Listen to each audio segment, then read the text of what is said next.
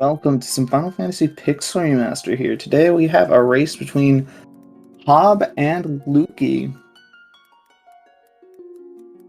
So, I'd give it the times, but honestly, the times have been just absolutely insane. There have been plenty of PBs in this tournament by itself that any times I give on SpeedGaming will absolutely be wrong. So, we'll get started here within a few seconds and see what goes on in this race.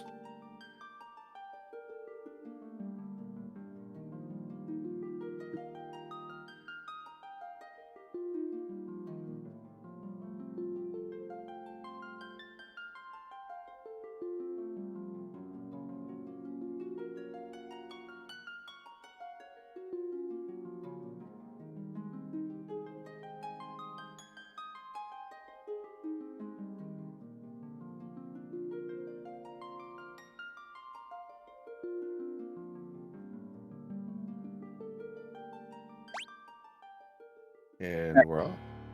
Now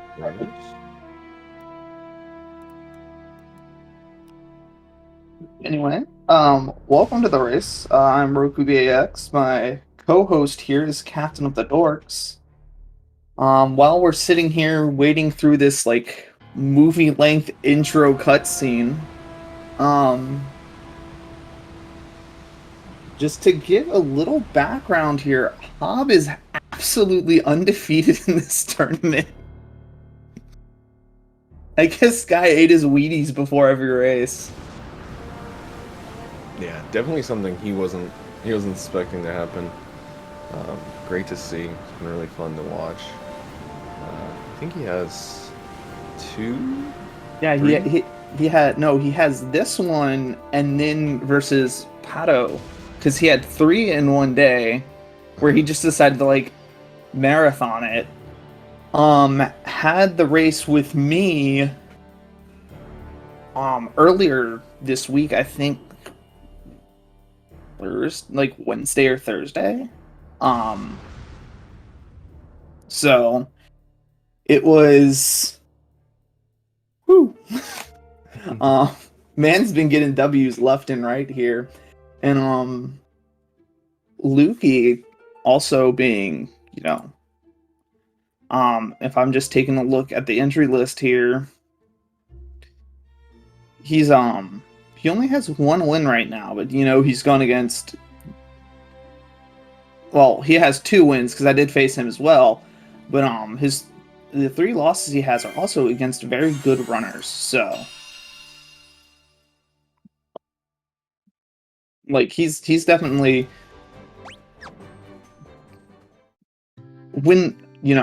still doing really well and shows off this game really nicely. Definitely. And I think so far, Hob has only gotten really good chaoses, if I remember correctly. So hopefully for him that keeps up today. I know he's done a couple of victory laps. From what I've heard, I remember seeing that in the race that I was commentating. Lukey gets stopped by that guard. So that guard there has RNG to either go down or right. Very annoying when it goes right because it costs you a few seconds. Nothing you can really do about it. It's only a few seconds, but at the start of the game, it's always something that after resetting. Not much in the grand scheme of things, but there are a couple of NPCs that can do that. Lunafea, Provoca, I'm looking at you. First encounters, both single encounters, very good. Wolf is going to give us a little bit more here. And yeah, but Lukey's going to get that chaos encounter. As you saw, he had the encounter in the forest. Just step count's going to have him. There we go. Not too bad, all things considered, for an encounter. 2 right here, pretty quick. Doesn't have to spend any Thundaras, gets that level 2. So get a little bit better damage here on Chaos. Maybe gets to skip an attack, but ultimately lose lose a little time to this chaos split. Yeah. Hob finishing it at roughly a 350 here, so we always like to see those under 4-minute chaoses. Or you have me saying it too. We're not at level 2 at chaos, 2-minute garland, 4-minute garlands, and Lukey finishing at like 4 minutes, so only 10 seconds behind. That's absolutely nothing in the grand scheme of things. And it looks like he got level 3 from this fight and gets a good HP level up on that bottom mage. That's really nice to see early on. It's someone we can rely on if we're going the single Thundara route later on, but also makes it where at least one of our mages can tank an extra hit here early game. I'd love to see the early level ups. We'll get a forced level up, which we'll talk about in a bit. But that the ones that the game just gives you that are just random on the HP you get are really nice to see that it's a high roll for that HP gain. Yeah, that's definitely something we want to keep track of, is the Black Mage HP as well as the Monk HP. And Black Mage Intelligence as well. Can see 30 Intelligence as early as Lich. Hitting for 270 with that Furagas.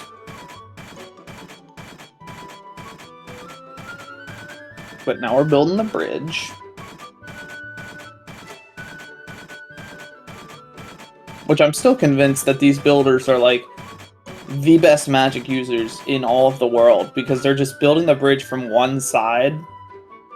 So either they're building it straight up and it just falls over, or they have some sort of anti-gravity magic that they can use to just keep building the bridge. Well, it's literally prophecy, so I like to think that they had all the supplies just sitting there, and they wouldn't build this bridge until the first part of the prophecy comes about. But They were just chilling. they were just waiting. You know, they had it, and they're like, oh, we don't need to build this yet. We'll just, you know, sit this there. It's the longest roadwork joke in history. Yeah, it's just like Kevin and Linus just sitting at the end of the bridge. So you think we're gonna build it today? I don't know. Eating a sandwich.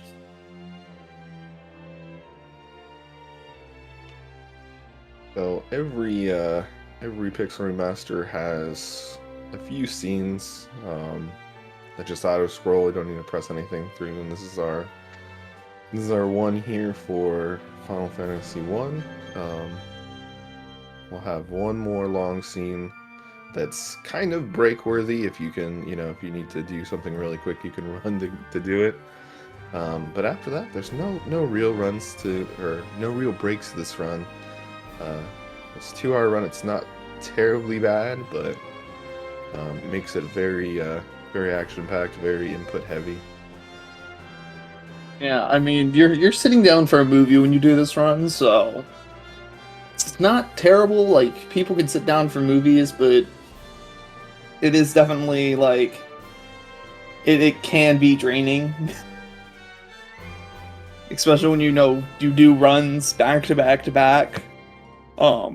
Like Hab did last weekend, of just one right after the other. It was basically, 6 hours of Final Fantasy, and it is not easy, to say the least.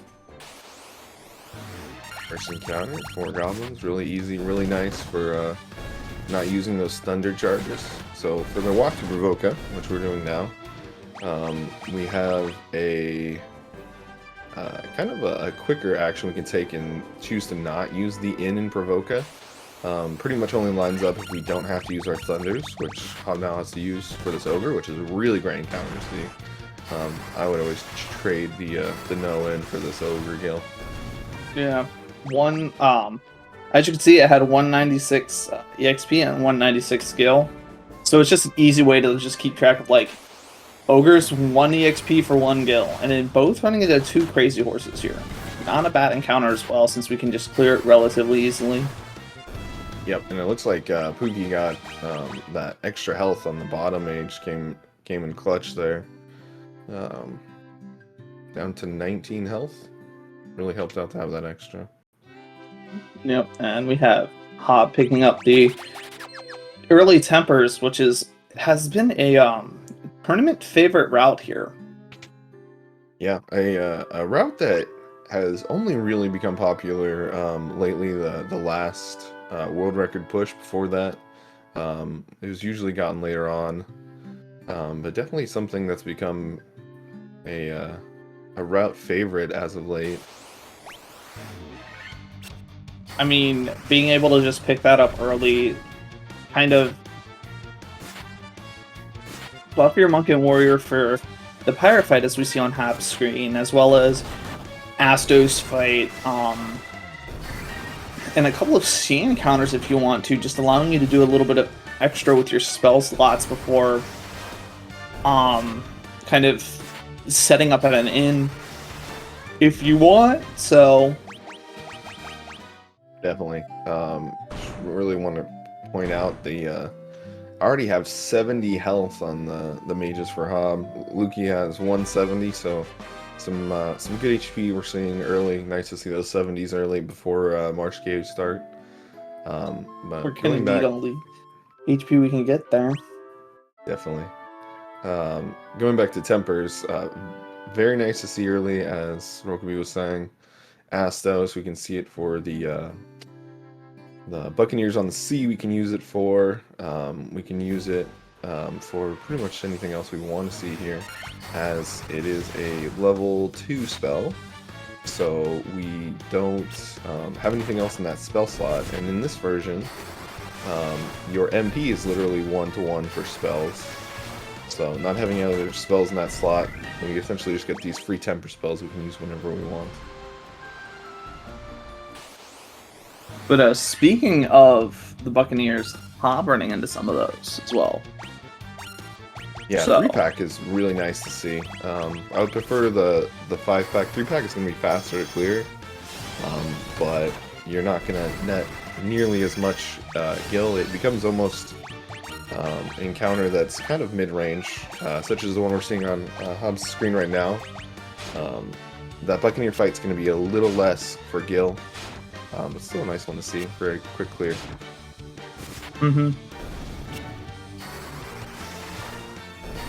Not bad at all.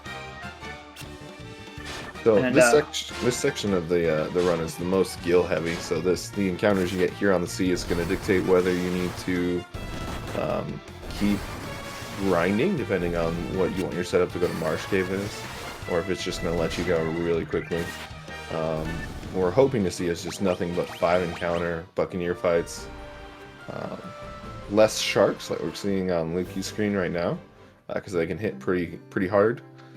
And sharks give decent experience, but not that good on gil. About 66 gil per shark.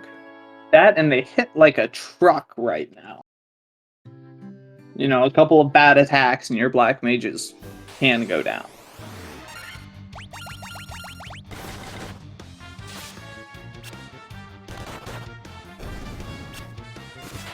Top steps are going to get him a land encounter.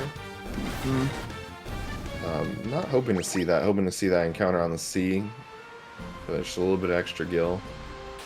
And we have the toughest fight on Lukey's screen, the 5 Red Sahagin, 3 Red Hat Sahagin, 2 Sharks. It's going to be the heaviest hitting here. The most scary with low HP, luckily. 77 on both those mages, and wow, at Hop's screen we have almost 100 already on the mages. So they'll definitely be able to survive a hit from the Pysos, but only one. If they're not defending, they can also die. You can see over 100 damage from those Pisco Demons. I don't think I have seen that, but now you have me scared. And I don't like that. Yep. Like Lukey's still trying to grab some extra gil here, forcing the encounter on the sea before land. It's definitely better to force encounters on the sea, as I feel they provide a little bit better in the way of gil than the land encounters. Land encounters Always like to see those ogres early. A little scary with the Giga Swarms, but again, has that Thundara, has the high HP, it's going to be a very easy fight. Mm-hmm.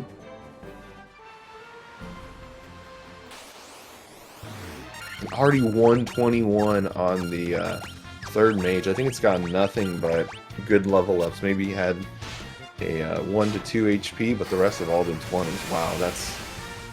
Yeah, that's... That is crazy. And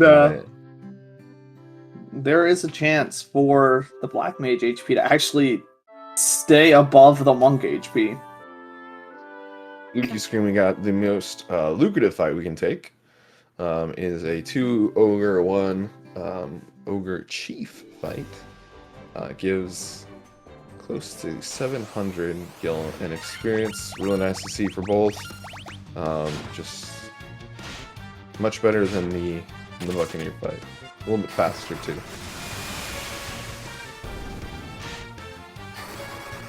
I'm not necessarily sure if it's faster, as if you have Thundara here, Buccaneers are just cleared out in absolutely no time flat, but an easy encounter to take is you only really need 2 spells to take it out.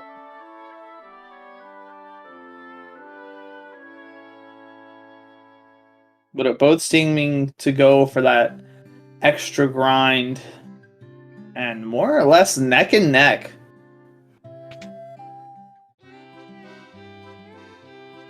1,000 and 1,100. A very, in my opinion, a lot of gil to work with here. You're looking at a lot of antidotes for any poisons that happen. A lot of potions, just keep people up, and maybe a few tents to throw in there for easy spell recharges. Yeah, tents are definitely not bad. Restoring 2 spell slots each level, and as well full HP for the party. It feels like full HP, but I believe it caps at 200 for the tents. But since we don't get too much, it's either 100 or 200. We don't have too much early on. It definitely feels like a full charge this early. Yep. But as you can see, Thundara just being able to clear out kind of any encounter that we need right now. And Lukey heading down into Marsh Cave, and Hob close behind him, getting the good encounter rate and almost clearing the first floor before his encounter. Yep, and it is a really nice preempt. Yeah, and it is 200 HP as confirmed by chat.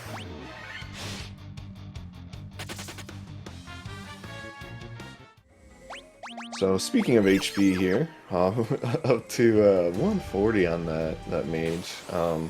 So for the mages and overall stat growth is defined by your class.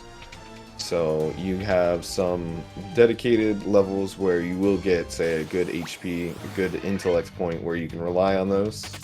All the other levels you have a chance of getting some other stat point.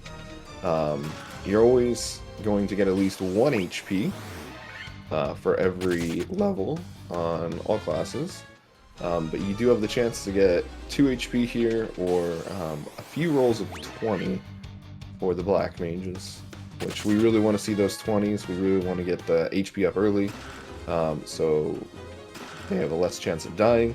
And then also for the end, we have a lot of HP to work with for Chaos, which is just a super chaotic fight in terms of the amount of damage that he can do to us really quick and to multiple party members at the same time.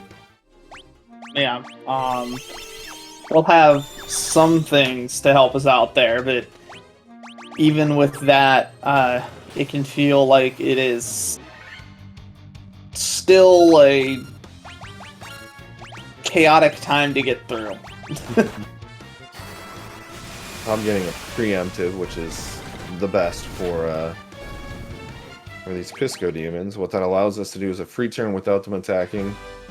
We can throw out some attacks to buff that Thundara damage, because Thundara has a chance of underrolling by a single-digit number. So getting a few physical attacks and extra thunder in there lets us Take out the Pisco Demons in one turn if we get really lucky on those other rolls. Yep, and you can see that Lukey here is deciding to keep the warrior down, pumping more EXP into the mages, into that monk. You can pull it off, and there's the 106 that I was talking about on the Well, the hits. now I don't like that, but problem with having the warrior down is right there. Yeah, can't Already take like- it. If you can pull it off, it's really nice to get the preemptive there. It's gonna be great. It's gonna work out well. Doesn't have to share experience. The warrior, we don't really need to have a lot of health. If you can pull it off, it just allows you the quicker levels on the other 3 characters. So it's a risk there, but I think that's one that's definitely speedrun worthy. Yeah, risk in a race and that's reward. risky. The question is, will we keep the warrior down for Asto?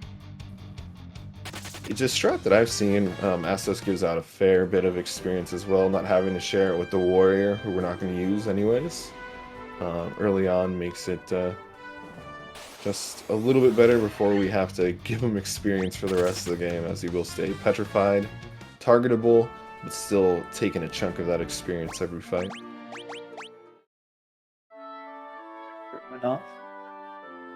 And yeah, one of the problems that I have with petrification, but only on the warrior. I'm fine with the monk getting the EXP for petrification, but if I could turn off petrification EXP for the warrior, I'd do it. And we have upcoming into the Astos fight, the last real RNG heavy fight. A lot of nasty things can happen on this with AoE spells, a lot of melee debuffs, as well as a single target death spell. Definitely coming out like about 3.33% of the time, around abouts. So it's not that you're really going to see it, but I have seen it come out 3 times in a fight before. Yeah, it can become really nasty. As we're seeing here, we're seeing slow being cast on everybody, which is going to essentially take any hit multipliers from 1 down to 0, so we will only get 1 hit, because it defaults to 1 hit for any characters. We're also seeing that AoE spell, that with high HP is great, but a double right there clears Hob out to have to go again. Yeah. We have Dark, which also creates some mischance. So just an environment not really well suited for the melee characters, but one of the best strats is just to temper up that monk, have him hitting for triple digits, finishing this fight in 2 to 3 rounds. That's what we really want to see here. Yeah, it can get crazy, especially since the tempers can stack. So you can just kind of keep pumping the tempers on the monk, just increasing that attack by like 14 each time. And there is also another strat that there's that death, but another strat that we haven't seen a lot recently, and that's just the have your black mages spam spell strat. Yep, you get you get the double Thundara and just start spamming all your Thundaras at Astos, or as many as you can, and then go down into Thunders, and it clears it. And Tempers can clear it faster because you can just stack it, but I feel like the magic strat is definitely the safer strat because there's no silence. Lukey getting some good hits on there, but taken out by that AoE spell. We saw those triple digits, and what you're really hoping to see is those black mages stay up. Thundara's doing about 80, Thunder's doing 40 damage, Astos having 420 health. So it takes a few rounds with magic, but if we can just temper real quick, we can get a really fast fight between the monk hits and the extra Thundaras. But there's one thing we didn't want to see. is the death coming out right onto the monk. So both of the tempers that were supposed to be for the monk went on to the black mage. Yep. Tough to see there, but that's also valid if you have enough potions to bring the mages back up. Getting them the soul experience here, since we're going to be using them heavily, is also a strat that's not too bad. The monk can usually catch up. It's not going to hurt you in the grand scheme of things because you get so much experience before the end game. It's really nice to see that split early on. If you can get it and pull it off, that's also another good strat for experience share. Yeah, of course.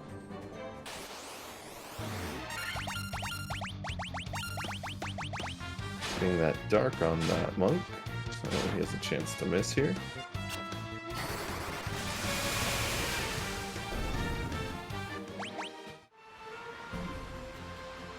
Astos not being nice. Not clearing out the fight, kind of just playing with his food as he keeps casting sleep, casting all these other debuffs that are just slowing down the fight. And finally lets Lukey reset. Yeah, Astos is definitely the first wall in the game, but as you can see, like with Hab, after Astos, you kind of have a little bit of a bit of downtime here, just going to kind of deliver a couple of items around the world.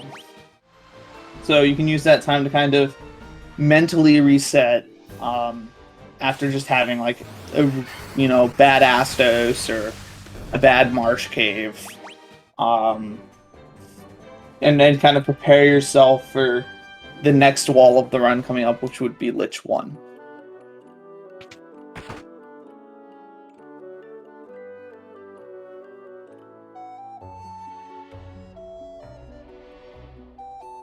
Astos letting Lukey through with just the monk.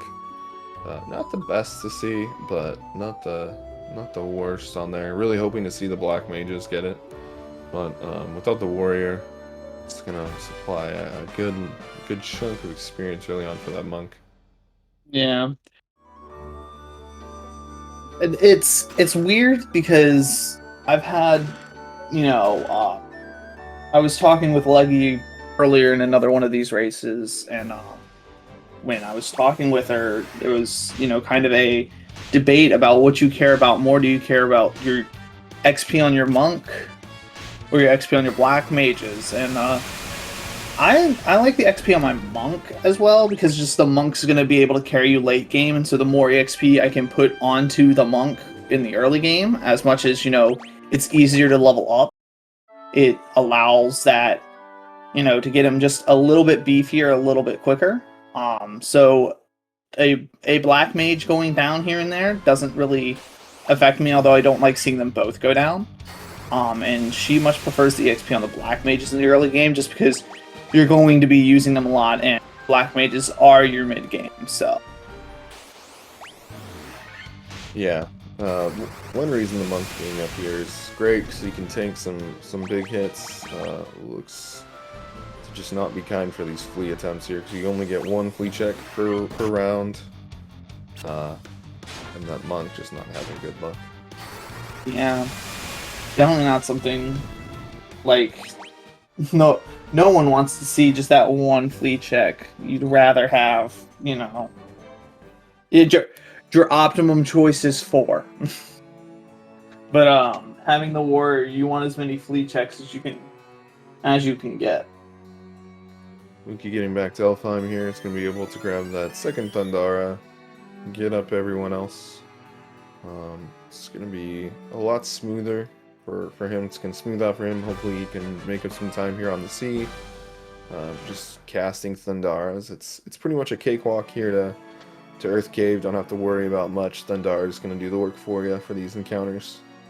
Until we get to Earth Cave, where we have to start choosing our spells. Like you're saying earlier, a lot of fetch quests here. We have essentially our Hub and Lukey's delivery services starting up. Yeah, the Warriors of Light, I guess DoorDash, if you will. DoorDash, yeah. The Warriors of Door Dashing. Bringing the, yep. Matoya has ordered an eyeball, and we're gonna go deliver it. And you know, the elven nurse slash doctor is wanting a potion to wake up a person in a deep sleep, so we'll definitely be eating that as well. And then a dwarf wanting something to blow a hole in a wall, and we'll be seeing that too.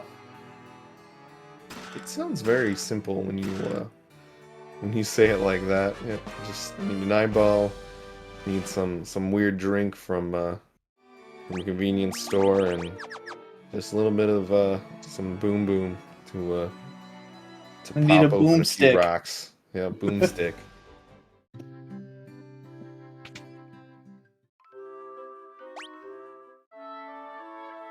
So,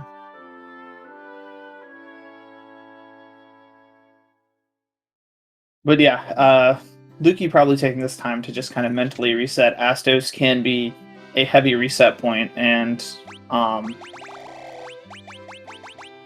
just needs to, yeah. You can get a lot of experience on Astos. We also have a small chance to get the Mithril Sword, which can pop on that warrior for some nice damage from him.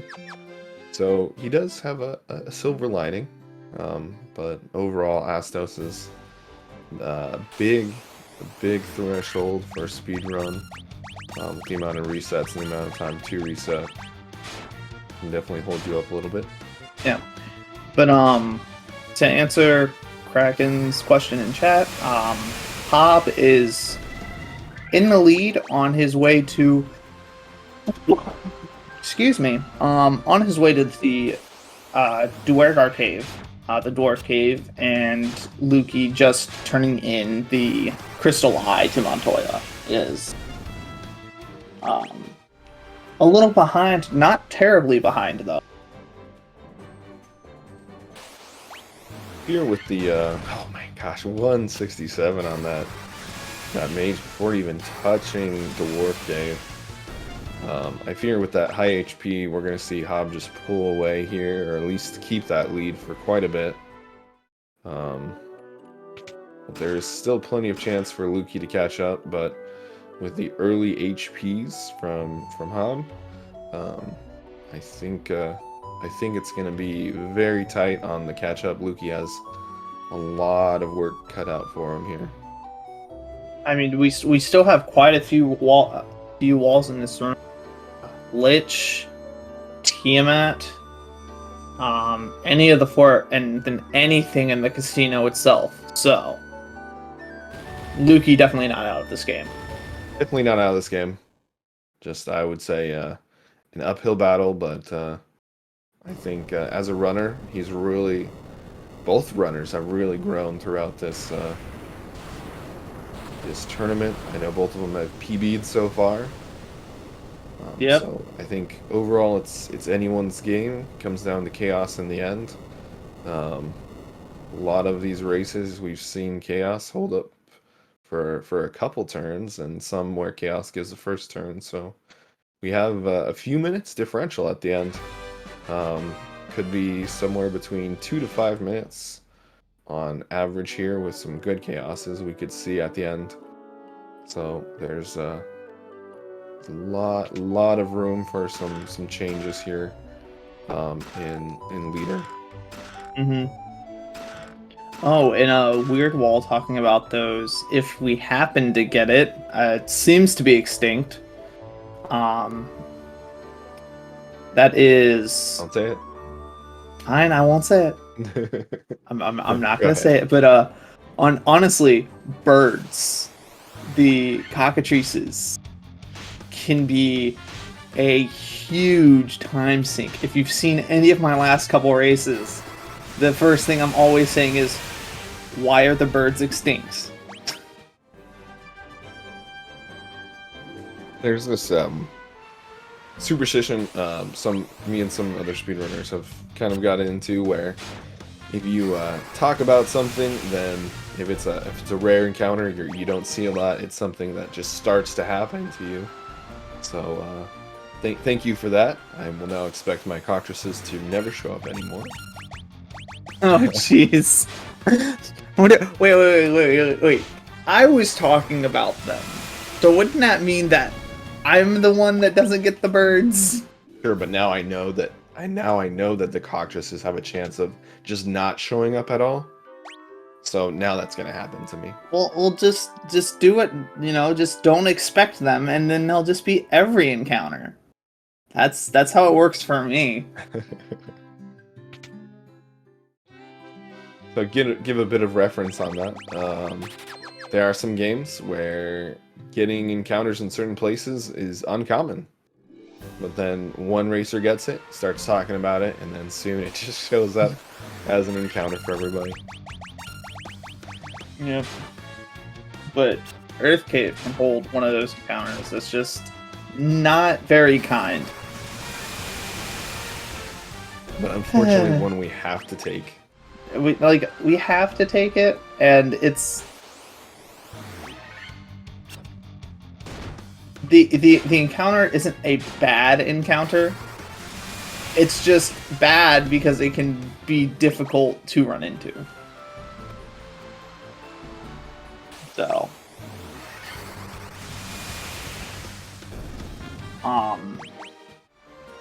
if we noticed here, Lukey kept the beginning armor on the warrior here instead of equipping the iron armor, the bronze gloves.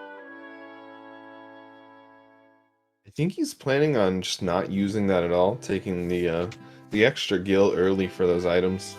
Not terrible.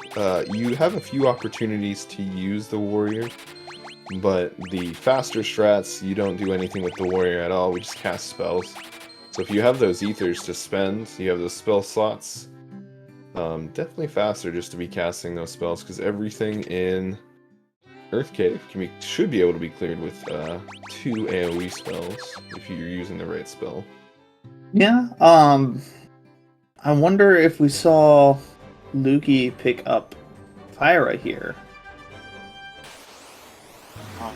As that is also a route that is not super popular here, but I've definitely seen it a decent bit of just picking up the Fyras at Elfheim, although being another 1,000 gold, just being really useful for Earth Cave, for Ice Cavern, and a decent amount of encounters.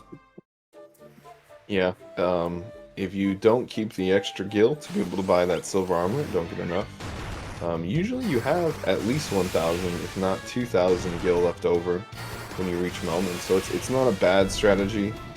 It's definitely one that can save you a lot of time. For this game, the elements that do damage more consistently with a greater amount, one you can really rely upon is the Undead. Undead are weak to fire, and the Dia spell, but we have access to the fire spells here. So Fyra, compared to Thundara, will be able to clear in 1 turn. Thundara, we're really hoping on a lot of these for high rolls if we are using it. Or even the intellect threshold to pop up, so we do more damage with our spells overall. Fire is going to be able to clear no matter what, so it just makes it a lot more efficient for that spell slot.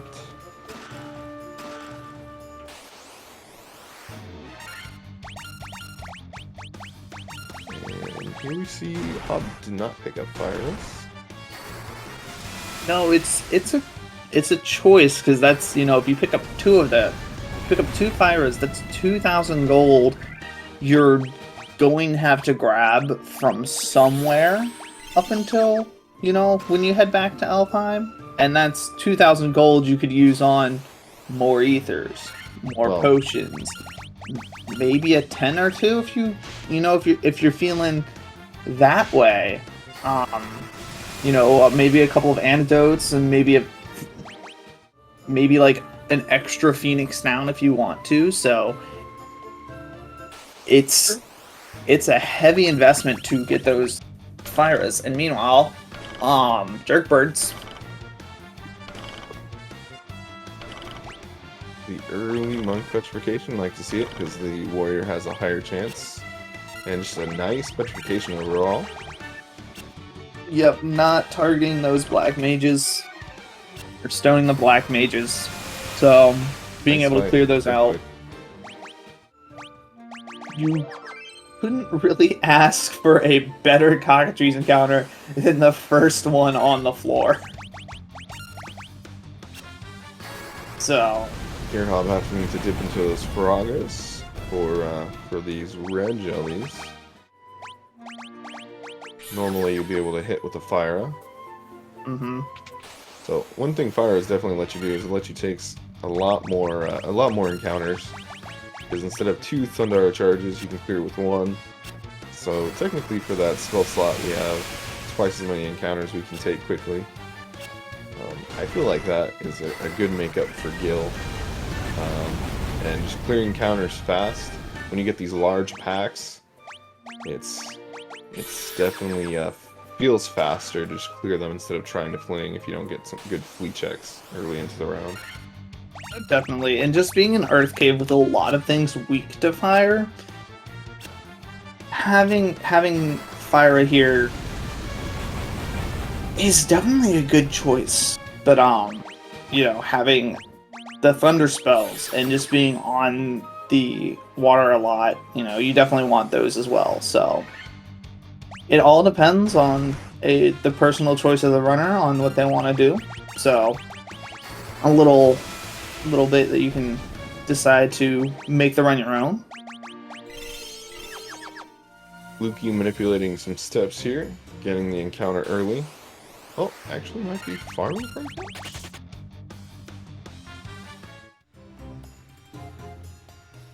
So you have the chance here if you do get an encounter right before you go into Earth Cave. This first floor is going to give you no encounter at all with a optimal step.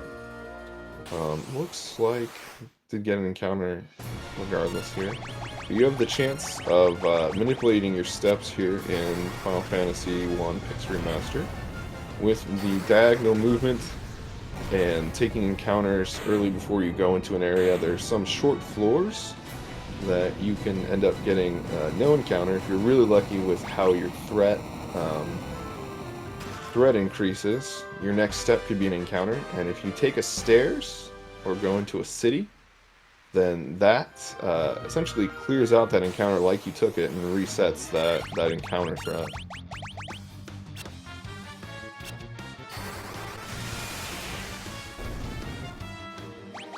Interesting. I actually didn't know that you could manipulate it enough to have no encounter on the first floor. So, learned something new. Going back to the Pyrus, though, we see that Lukey did pick those up, so he'll definitely be taking more encounters here. Higher levels, closer to getting that intelligence threshold for the Lich, and Fire also being just better to use on Lich as well than Thundara if you happen to not hit the HP threshold and you roll low on damage for Firagus. Yep, Lich is susceptible to fire, not to thunder, so you're going to do that increased 50% damage. Making a fire spell pretty close to a Firaga spell. It's going to be under by, I believe, about 50 HP, so pretty comparable to a Firaga if you do run out of Firaga charges for whatever reason, or end up having to use an extra one here because you do not reach the intellect threshold.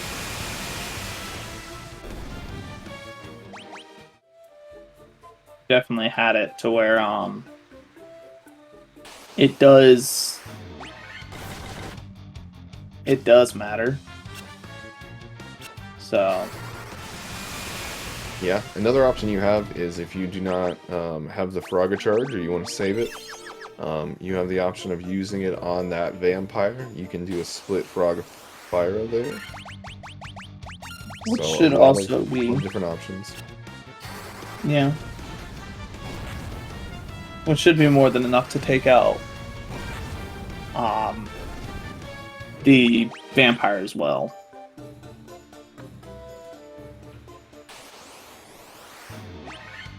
So Hob, we're definitely seeing the great luck here. Almost 200 on the black mages by now. We want to see the mid 100s for Ice Cavern. Usually about, depends on the runner, but the lower thresholds for, I've heard people talk about, by endgame we want to see 300 on the monk, 240 on the black mages. Some people want to see more than that, like 350 on the monk, and then 280-ish on the black mages. It's kind of the range that I've heard here so far in these races. It's going to give some unique opportunities to Hob to flee very early in the game from whatever encounters he wants to, as the later encounters are going to give a lot more experience. The black mages will be able to survive quite a lot here in the early game. Yeah, this black mage HP is absolutely insane for Hob. I'd probably just start thinking of the next team name as I'm not getting black mage HP. But we also do see the one encounter that we do want to take here around the Earth Cave area, and that is the Lesser Tigers, providing that 4% chance for that X potion.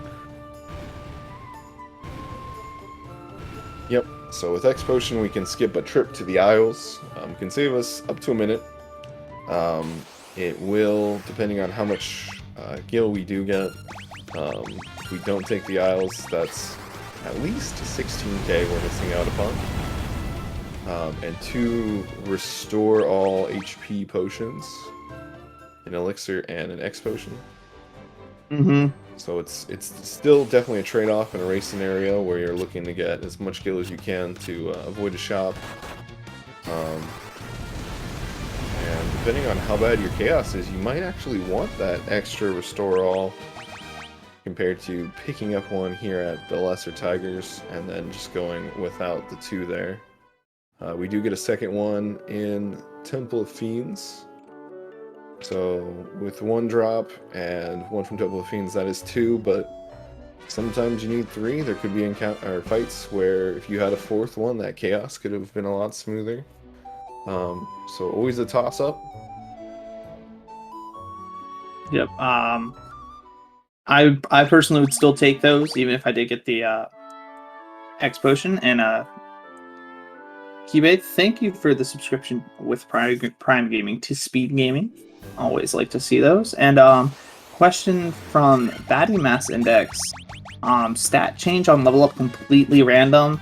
My answer to that is both yes and no. As you can kind of see, I'm going to use the Warrior and Black Mage here as an example. Each of your stats on level up have a chance of going up randomly. However, the Warrior is going to be the greatest in kind of your HP, and we have what are called regular level ups and kind of strong level ups. Strong level ups being like where the Mage will get like plus 20 HP or something.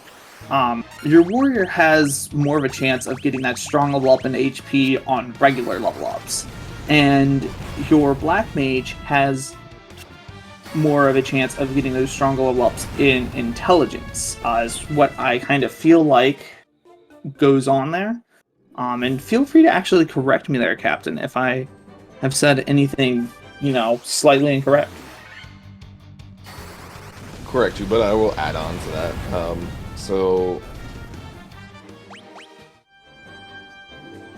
stat change for level ups, you're guaranteed some type of stat change. You're guaranteed at least 1 HP per level up. You have your strong, what's considered strong stat increases, if you want to consider them. They're guaranteed. You also have just very nice luck-based ones where you can get that 20-25 HP increase, which we've seen on top screen.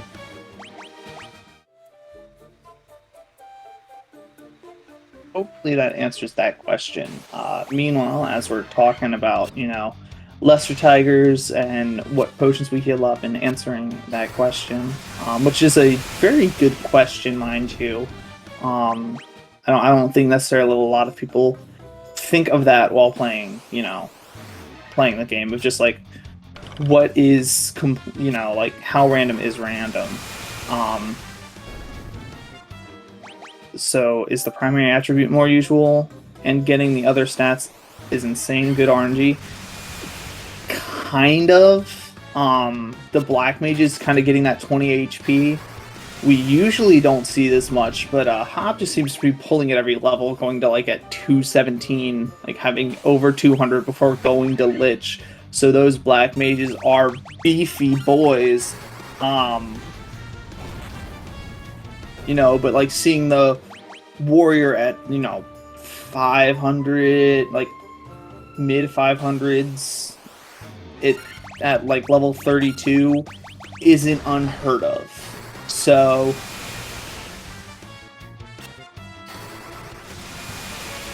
the primary attribute, you're going to be getting more than like the other stats, where if you're like warrior has like 30 intelligence, I'm going to question why that warrior's reading a ton of books. Yep, so for the mages in particular, we're looking for that intelligence stat to reach 30. We also might want to see it reach 40 in the endgame. It will allow our mages to one-shot pretty much everything in Temple of Fiends, where before they would have to cast 2 spells. We are guaranteed to reach that 30 intellect threshold by level 20, based upon the guaranteed stat growth. But we do have a chance to see it as early as level 11, which will help us out for the Lich fight that's coming up here shortly. It's going to allow us to finish it in 3 turns instead of 4. It is also going to allow us to one-spell a lot of things later on. Something we definitely want to see. It's going to make fights a lot safer overall.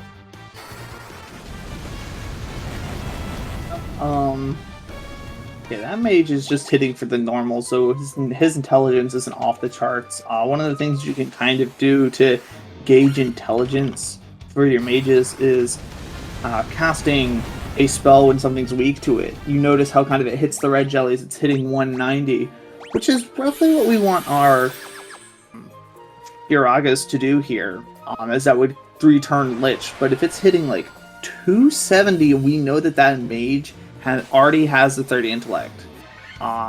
So if you're not wanting to check stats here, it's a good way to do it. Yeah, if you're looking closely when you're running it, it's something you'll definitely see just the difference in the amount of damage your spells are doing. You can see it very shortly in the level up if you're paying attention quick enough, but usually you'll see it on that cast damage.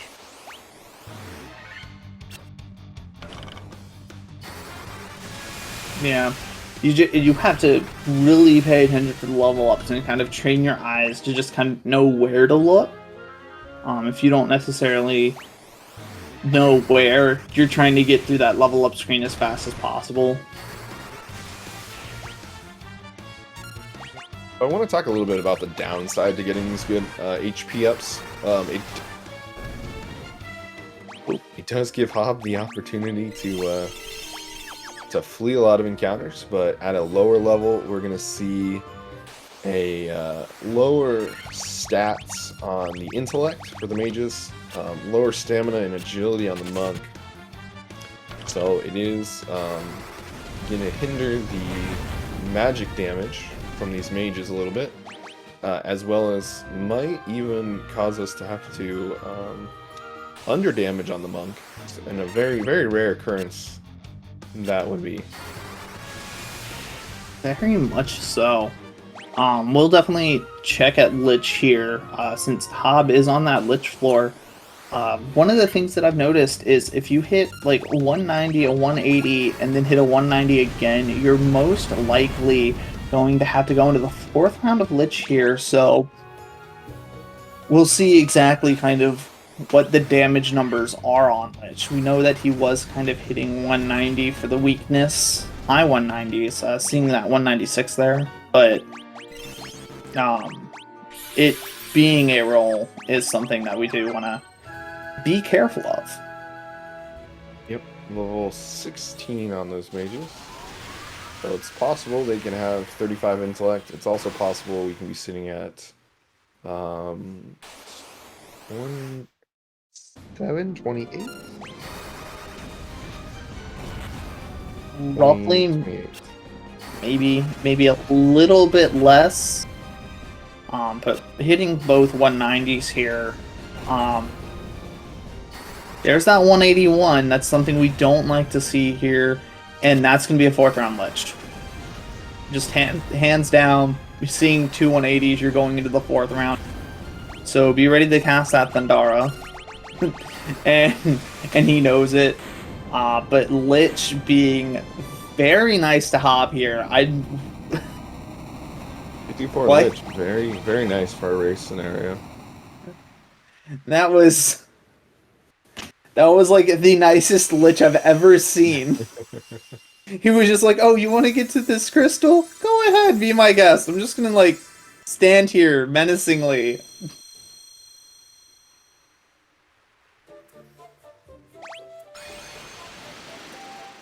I'm jealous of that.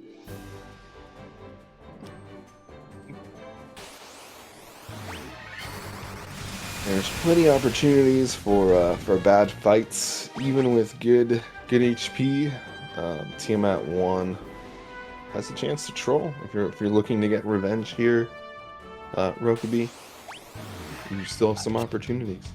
I mean, there's Tiamat 1, but I'd rather see something like, as much as it probably isn't going to do anything, I do want to see it at least once this tournament. I'm not going to name it, because once I name it, it's not going to appear. And if I give the stats on how,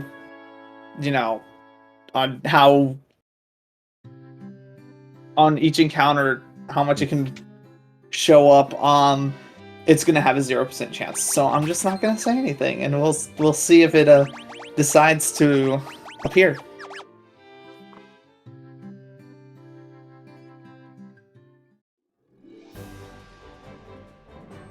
But Hob now heading down to Crescent Lake to grab his canoe, and Lukey making his way to Lich.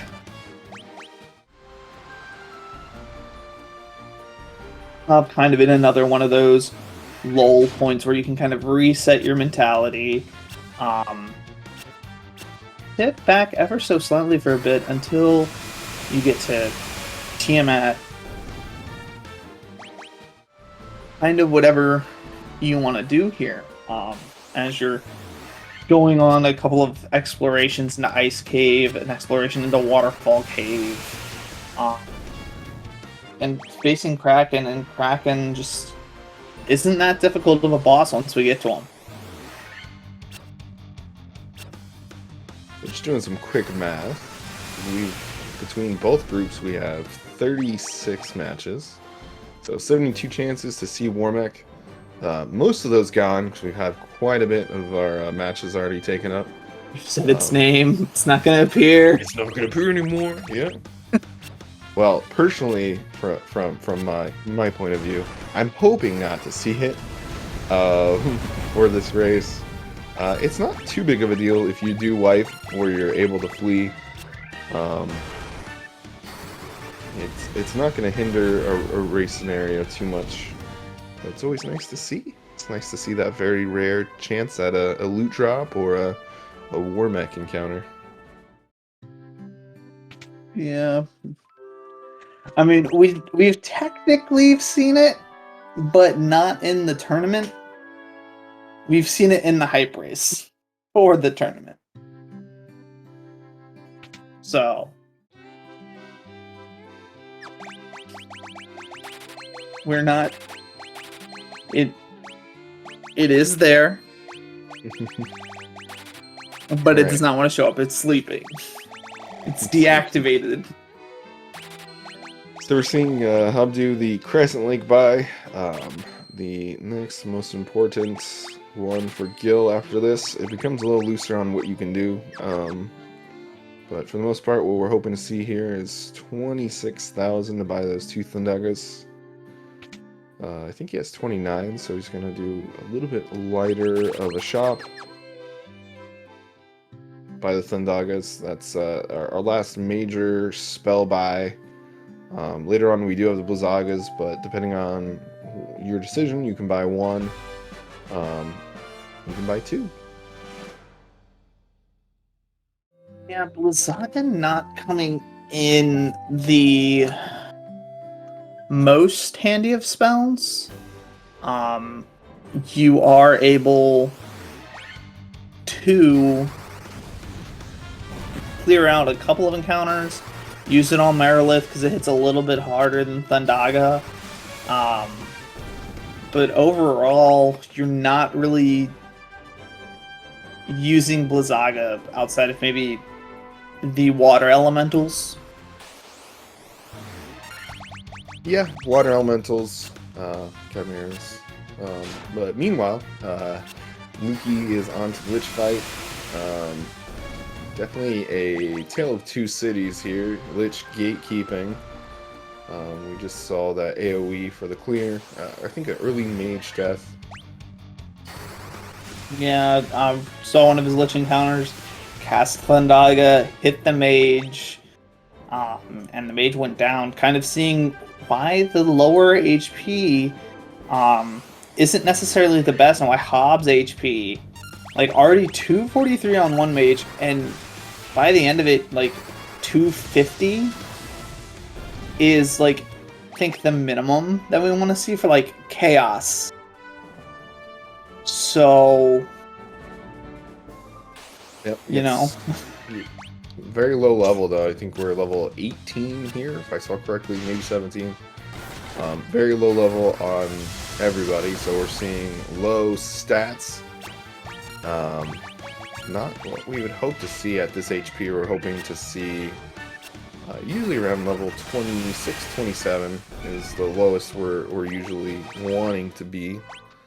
Yeah, level 18 right here. So we're going to see low intellect, we're going to see low stamina, we're going to see low agility. But definitely the opportunity to flee a lot of fights. Hob gets a very, very nice opportunity to pick and choose where he wants to say, you're dying, or I'm getting the heck out of here. Basically. And then for Lukey, definitely seeing higher stats, but the lower HP totals. And however, did get through Lich without too much trouble. So definitely onto his another lull for him.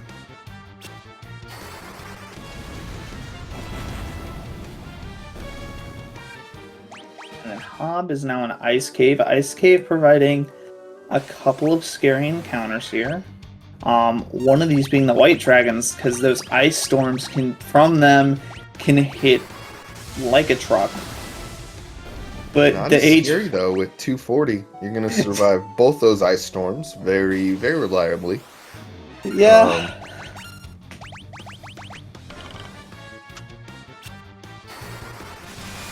So, you know, take what I say as with you know, if you had normal HP on your black mages, everything that I kind of say for Hob right now is null and void, because his HP totals are just absolutely insane. Yep. Something you really hope to see in a PB pace.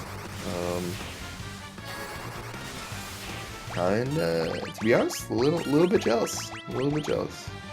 I feel like jealousy here is all but if you are not jealous of these black mage HP totals, you probably have, like, you know, a top 10 time, and even then, like, I feel like you can you can at least appreciate these totals at this time, especially for a race setting. Well, riddle me this, Batman. Hob doesn't have to take any more encounters, only these forced ones, such as this one. So pretty much ethers are just a suggestion at this point. Don't really have to worry about charges until we get to Temple of Fiends. Because if we run out of spells, it's just, alright, I'm just gonna flee from this encounter. Bye. Basically, but you do run into a problem with fleeing, like with Hob here. Remember, what I say is for a normal run, fleeing the encounters does pose an issue of you're just not getting like the stats, and for him you're not getting the intelligence, you're not getting monk agility, monk stamina, and we while that monk's at 242 HP here, you know, we want to see that monk up above 300, you know, potentially in that 350 range. If you're looking for more HP on the monk, just a little more safety. And here on Lukey's screen, doing that buy, very calculated, down to 26,003. A little bit pixelated, that might be 6. Nope, that was 3.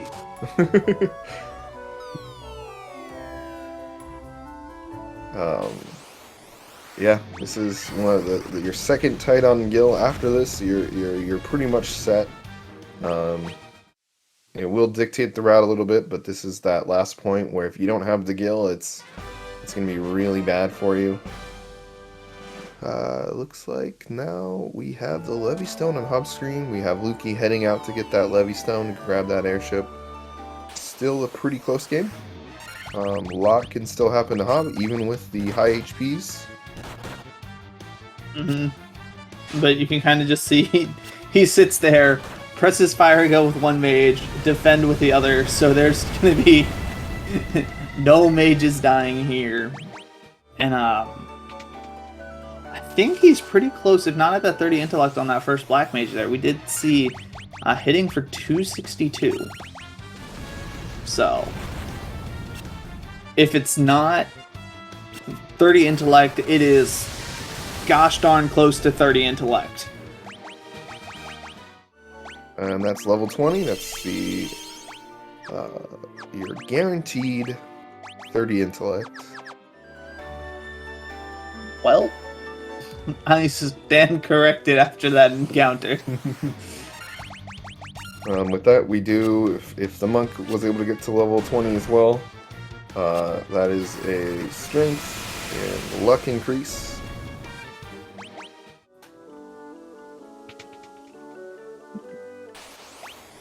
Good to see the strength increase, luck just being easier to run away, I think.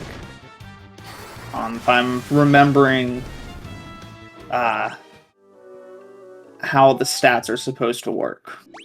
That is correct. Luck affects the success rate of fleeing from battle. Which is really funny how I remember that. Additionally, not really going to take place here because we do not have healing spells. But when a character is healed by a spell, they will receive anywhere from 0 to half their luck stat and additional HP. So also, something for luck stat. Interesting. I did not know that one. But it's just, I remember it running away because I saw this one YouTube video about the original Final Fantasy and how, half the game didn't work. And, the thief has a really high luck stat. But since the luck stat doesn't work, having a thief in the party doesn't help you run away from encounters. Right you are there, Cotton. So that's the only reason how I remember the luck stat helps in running away. So monk gonna get some forced luck stats a little higher than the black mages. So that monk's gonna have slightly just a higher chance of having a luck stat than the black mages here. So once we get it, he's gonna be our main flea tank of the game for the later half. So the one we want to keep alive. Black mages get a few less forced luck increases. Yeah, but I'm perfectly fine with them if they only got, you know, the intelligence increases. I want my spells to hit for as much damage as possible. So interesting thing too, initial stats, the monk gets 5 luck, warrior gets 8, black mages get 10, thief would get 15, but we do not take the thief. So early on, those black mages are going to be our main source of fleeing, so we want those guys up. But later on in the game, like I said, the monk has more forced stats, so a chance the monk will have a higher luck stat, be a better source of running away. But early game black mages are going to be carrying us for those flee checks. Most definitely. Lukey in his ice cave now. You get to see the fires come into play again here, just with the amount of encounters here that are just, again, weak to fire.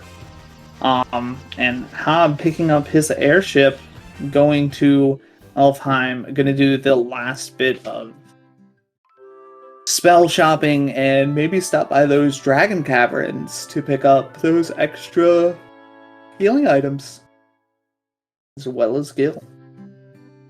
Yep, so we're going to see a pickup of haste here, most likely. Haste we can grab earlier on, but there's no real use for it. Later on here we have much more Gil, so it just makes sense to not hinder us. Going to be able to also buy it on both black mages. Gives you a little bit of improvisation in the end game should one black mage die. Earlier we talked about haste and slow a little bit. So you have a hit multiplier on each character, starts at 1 for each battle, can be dropped down to 0 with a slow, can be increased to 2 with a haste. That's your usual range. You can also fix any 0 multipliers with throwing a haste on someone, get them back to 1, throw it again, get them to 2. So you have that 0 to 2 range, which is really nice. For Chaos, where we're buffing, and for all the Fiends, because we can quickly go from, say, a 4-hit or an 8-hit or even 16-hit. Haste is going to get us up there to that respective all the way up to 32 hits, dealing quite a bit of damage. So very important. It's going to effectively half the amount of time it's going to take us to get to that max hit capacity. Yep, speed drinks also helping as well. We'll see those potentially used at Chaos here. Getting close to Waterfall Cave. We saw that when he entered Dragon Caves, I saw him only take the, I think that's the X potion chest there. And not the room full of Gil. I personally take that chest because I like the little bit of extra Gil that it gives me. Dragon Caves are actually kind of filled with it, so... That mage is unstoppable. 292 health is probably not going to be able to outclass the warrior at this point, but definitely overshadowing that monk. Yes, and as the question for situations where a runner would do a class change, not in the Pixel Remaster run, not very helpful. However, in other runs, I know that we do class change. I'm just not sure in which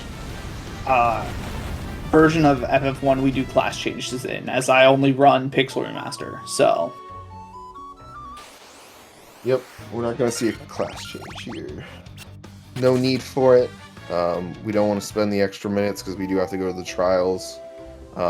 It's a series of essentially teleporting to different rooms. You have a choice of teleport per room, which if you choose the wrong one, sets you back to grab that rat tail. You also get random encounters in the meantime. So not really worth it in this double black mage route for Pixel Remaster. You can choose to do it, It will smooth out your run a little bit. It will additionally allow you to buy Warp, which by the time we can buy it, pretty much becomes useless, unfortunately. But, yeah, not really needed here in the Pixel Remaster. Mm-hmm. I mean, if we're powerful enough, yes. Also, like, no, because Chaos is just an RNG fest. Like, on paper, we are powerful enough, but Chaos can throw a wrench into those plans pretty quickly and often. Yeah, the only reason we'd really want to do it that would give it some type of bearing on this one would be it would change the calculation on how the monk or then the black belt is able to do damage. So that'd be about the only thing. But the considered time loss in a speedrun scenario where you're trying to go the fastest is not really up there. If you think about speedrunning a little bit, the faster times get, the more RNG, the more risk you're going to have to take on to get that faster time. So at some point towards about mid speedrun life, we're going to see those safety strats just start to go out the window. By now, we've definitely seen it for the top times. Class change is not there, and even in a race scenario, class change just takes up too much time. So I think the natural life cycle of this this speedrun has essentially made class changes extinct. Yep, and meanwhile, Hob is exiting Waterfall Cave, about to go buy his Bobblehead Fairy, and Lukey has left Ice Cave and is going to pick up their airship. I think like the necessary going kind of back to talking about the runs has also made the other routes almost extinct. I remember starting out with the Red Mage routes, and then kind of when I hit that 240 mark, it was double Black Mage kind of down the line, as it just provides way too much wave clear, even though the White Mage and Red Mage routes do provide that extra bit of healing and extra bit of tankiness as well. Well, if we want to take Hobbs Run currently in as a case study, we don't need Reg Mages because we just have a wealth of HP on those Black Mages. So even if they do get hit for in the hundreds, we can take one, we can take two, we can take maybe 3 hits here with that 316 Mage. Yeah. So it kind of just shows you, like, hey, you get this on a world record pace. We have these HPs. Those mages aren't going down for anything. I mean, there's a good chance here one of those is going to be able to tank a flare from Lish and also from Chaos. Maybe even a punch. I don't know. Depends. 340 already. Who knows what's going to stop him? He could be we could see a 500 Black Mage health. We just keep going here to the end game. We do have you know what? If we see a 500 levels. Black Mage health captain, I think I'm just I'm gonna have to take a break from speedrunning this game. I'll move on to a different one. Like, well, I think he's level 22. We'll see in the next level up or next time he uses a menu, but we can see anywhere between 28 to 32 on a typical run. You could see up to 35 sometimes, depending on how many encounters are taken. seen as low as 28. So, yeah, world record, I believe, is a level 27. Jeez. Yep. So you can definitely get to where you want to be very early on. And I think, again, case in point, Hob is just showing us that those HP luck is really coming to play. That luck stat keeps ticking on Hob's side, and the HP stat keeps ticking on his Black Mage's side. Yeah. And then just to kind of put a I like what Drossi said here of just pushing the stone fighter across the desert. He definitely has that constitution. For me, I don't see it as much as like a 3D stone, right, that they're pushing. It's more or less like a piece of cardboard that they've picked up to paint like a fighter because he just retired and just set it down in each battle, seeing if they could swing, if the enemies will take a swing at it.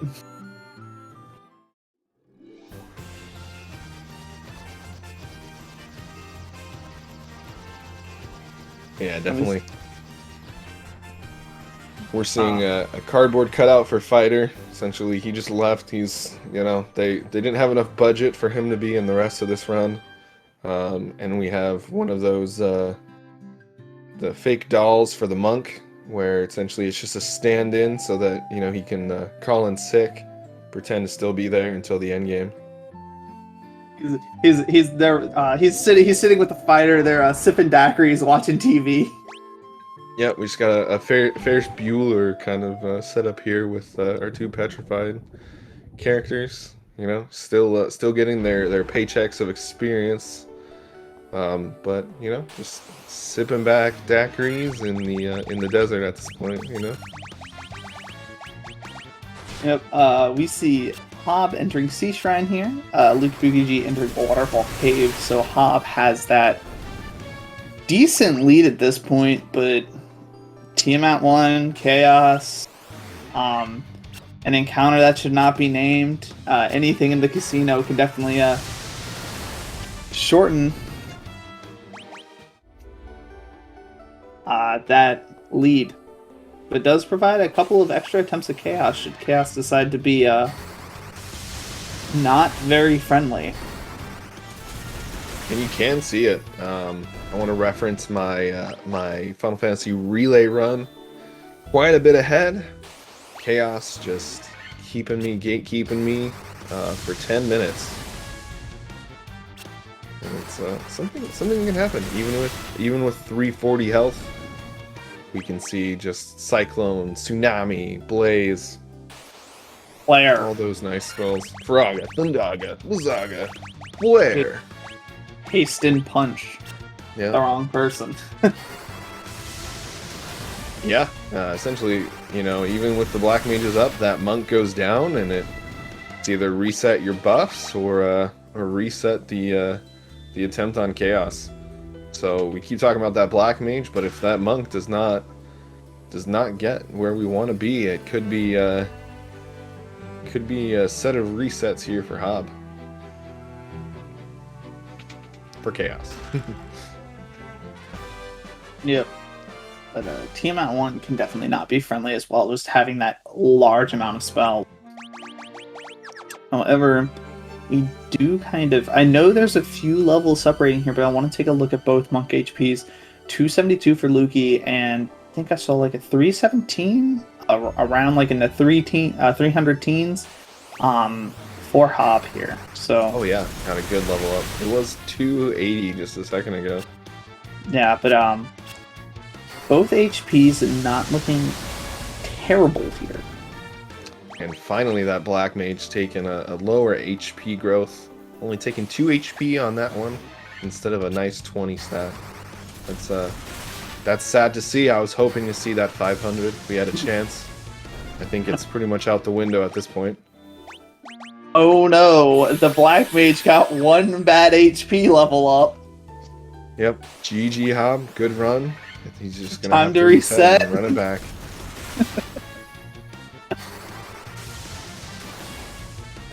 I think at this point, if you're Hob, you do not care what that Black Mage HP looks like. You know that you're good for Chaos. You're just looking at that, wanting it to be a little bit tankier, just a little bit though. Still taking encounters. He wants more. He's seeing those HPs, and he's saying more. Well, Sea Shrine is kind of a place to take encounters. Very high EXP here, so... A little bit of a miscast, but I think he's good on Ethers. For these undead, definitely have to cast Faraga for the one spell cast. I think Thundaga also works. because we want to see that Thunderga might care, but we definitely want to see Faraga for that guaranteed clear. Yeah, I mean, for me, usually when I've run through here, I only recently learned that water elementals are weak to Blizzaga. Other than that, I kind of cast Thundaga on everything, so... I mean, not a terrible strat. We already have the white sharks, which are going to take two charges of any type of AoE thunder spell, as you see here. They can take a Blizzaga and a Thundaga, they just need that little bit of extra damage. So, not too bad, but considering water elementals are a killer, they can do close to 100 damage if you do not have the diamond armlet on. They can be a little scary if they get an ambush. But Blizzaga, one hit, wonder, down, get that 6,000 XP and move on. Yep, and here we are on the floor leading to our second ribbon, as well as our Giant's Gloves and Hob making his way over to the Giant's Gloves, being able to cast Saber on his monk now. And from chat, I really like that. I like Ice 3. I'm like, it is definitely, instead of Aga all the time, it definitely makes it, I think, a little more understandable. Ice 3. Ice 3, Thunder 3. You could have Hurt and Hurt more if you really want to go back to like Dragon Warrior from the NES. When I like the German type, it's Blitz. Blitzka. Yeah. Love it.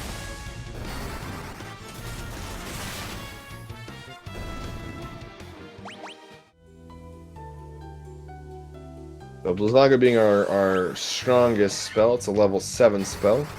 I believe all level 8 spells we do need a class change to be able to cast. But this is our final set of spells. Essentially, this is the peak of our black mages. Very shortly, we'll see Hob here essentially nerf the black mages and say, alright, Ferris Bueller, you need to get back to work. We're going to Golden Needle, unpetrify that monk, and have him clock in for the game, and hopefully bring it home for Hob here with a good time. Yeah, and as of right now, it's looking like 327 HP on that monk.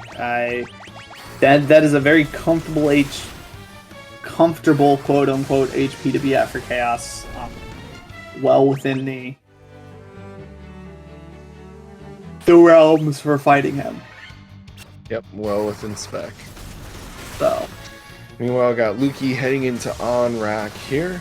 We're gonna see essentially Pookie here at the beginning of Sea Shrine, with Hob very shortly approaching Kraken and finishing up Sea Shrine. definitely, and a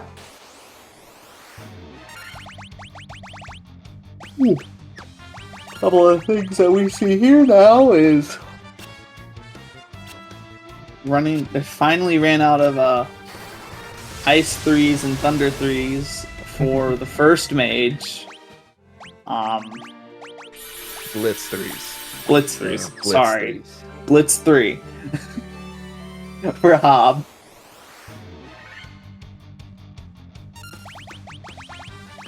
So we'll see.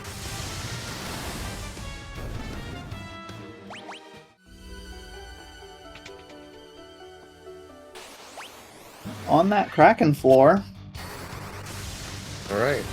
Since we're on Kraken floor, why don't you tell me a little bit about Kraken, Rokubi? Well, Kraken is what I would consider the easiest boss in the game. Has a 50% chance to attack, 50% chance to cast Ink. If you cast Ink, he's basically decided to do nothing with his turn because both of our black mages have ribbons. And if you don't know anything about ribbons stop every status condition as well as take like half damage from all magical attack. So can't get inked. the attacks on the Black Mages are a little bit worrisome, but but we'll go down to 6 Thundagas. So, you know, you can press Thundaga, put your controller to the side, and just get to watch the fireworks. As Hobbs did. 1800 health on Kraken. Worst he can do is a single target attack, with the odds being 50, 25, 12.5% to single target any one slot. We're looking only at a 25% chance for an attack to pop off there. Probably a good chance that top Black Mage could have tanked a hit. Usually you see somewhere in the 300s, you could see more. But you get that, you can just throw a Phoenix down with the other Black Mage unless he is able to get 2 attacks in a row. Pretty simple fight. Pretty simple fight overall. Need only 6 turns to clear. Yeah, I would consider Marilith a little bit more difficult than Kraken, just because at that point you have the Monk up as well, and you're kind of using Monk strats, so Marilith can take out the Monk. Other than that, Marilith is basically on the same level as Kraken.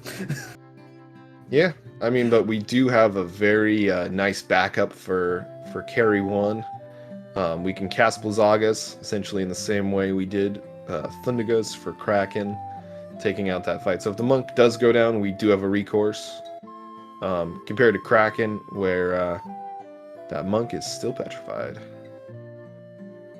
Yeah, there is a strat to unstone the Monk at Kraken.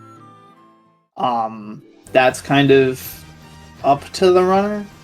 It doesn't do all that much. You go to the temper haste strat earlier, but just being able to cast 6 Thundagas and get it over with, you know, and not having to worry about the ink on the Monk since you only have 2 ribbons. In my opinion, it's just safer to keep him stoned here. Yeah, definitely. No real reason to do it otherwise. It's still going to take 3 turns. And the best part is the Monk can still just tank a hit, being a stone. And there's no repercussions for him taking the hit, you know, like dying. Yep, that cardboard cutout is immune to pretty much anything Kraken has to throw at it. Which is weird, because it's just cardboard. Or a, you know, fake doll, like you said earlier.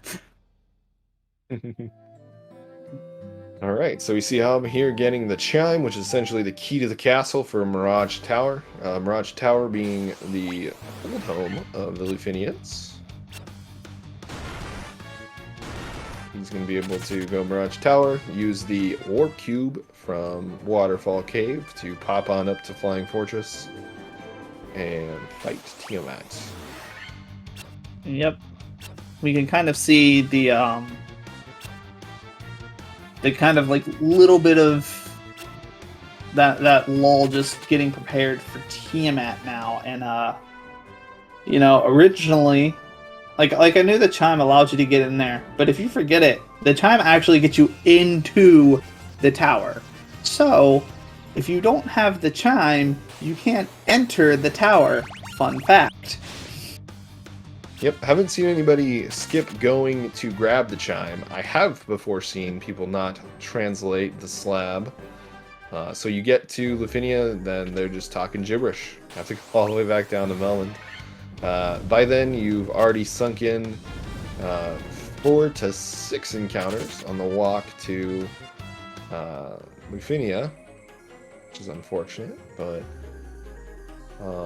not terrible. Yeah, I'll just say, if you don't, if you want to still not see somebody forget the chime, don't watch my last race. So yeah, I always enjoy that. Making mistakes is where it's at. People tell you not to make mistakes. I think they're wrong, because making those mistakes ingrains it in your head. Don't forget the chime. yeah, no, the thing is, you will always, like, You will do it once, and once you do it once, you will never do it again. Like selling the ribbon at Caravan. You did. Yeah. I did it once. You want to know what I haven't done again? I don't know. Sold an X potion? No, actually, Lukey did that one in a PB attempt. Yep. I mean, there's definitely a difference in reading a route, knowing kind of what to do with the guide, and then also just knowing in this guide what you need to do, knowing those story triggers. You know, being able to go somewhere faster. It's gonna definitely increase your PB attempts, making them much quicker. You know, you understand what you needed to do on these characters. That's how you get good times overall. It's just repetition and being able to make quick decisions, making smarter decisions, and eliminating those easy mistakes.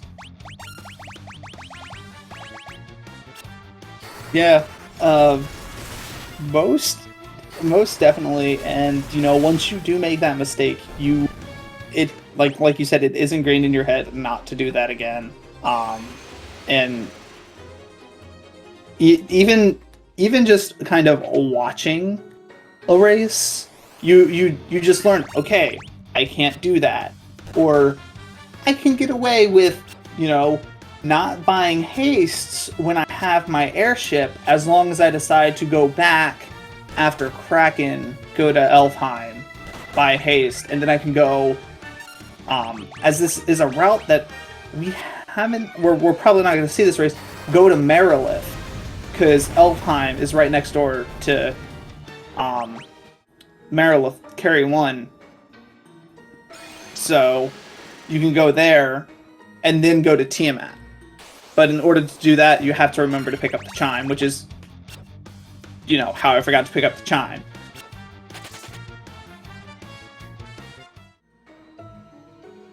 You have to. We're seeing Kraken on Pookie's screen. Just hit that mage. So we're seeing the bad RNG luck here on Pookie's screen. One thing Kraken shouldn't do.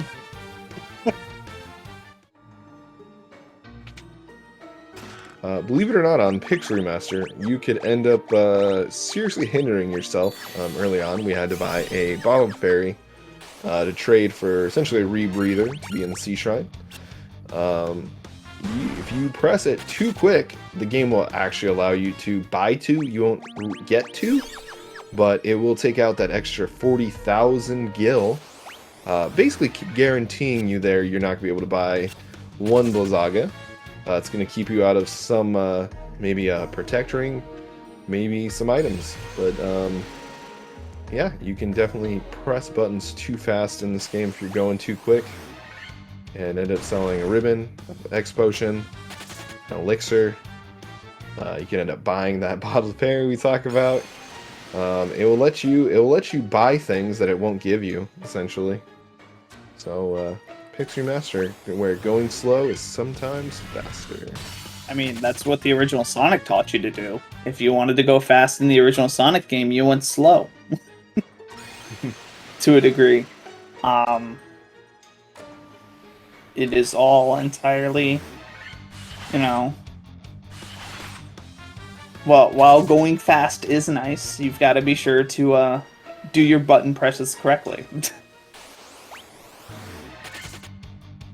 And if you have to reroute on the fly, you know, or, you know, have to do a different route, make sure that you know that full route, you know, decently well. I would say that having seen a couple of the Marilith run a couple of times, I can run it. I am not comfortable with that run, so you definitely need to, or comfortable enough with that route, so you need to become comfortable with whatever route you're deciding to take. Oh, definitely. Meanwhile, we're seeing Tiamat here on home screen. Ooh, got a physical attack on the bottom Black Mage. Probably won't survive this AoE. But it did survive that attack. It did. Yep, 269. It will survive that attack. Will die here from this AoE.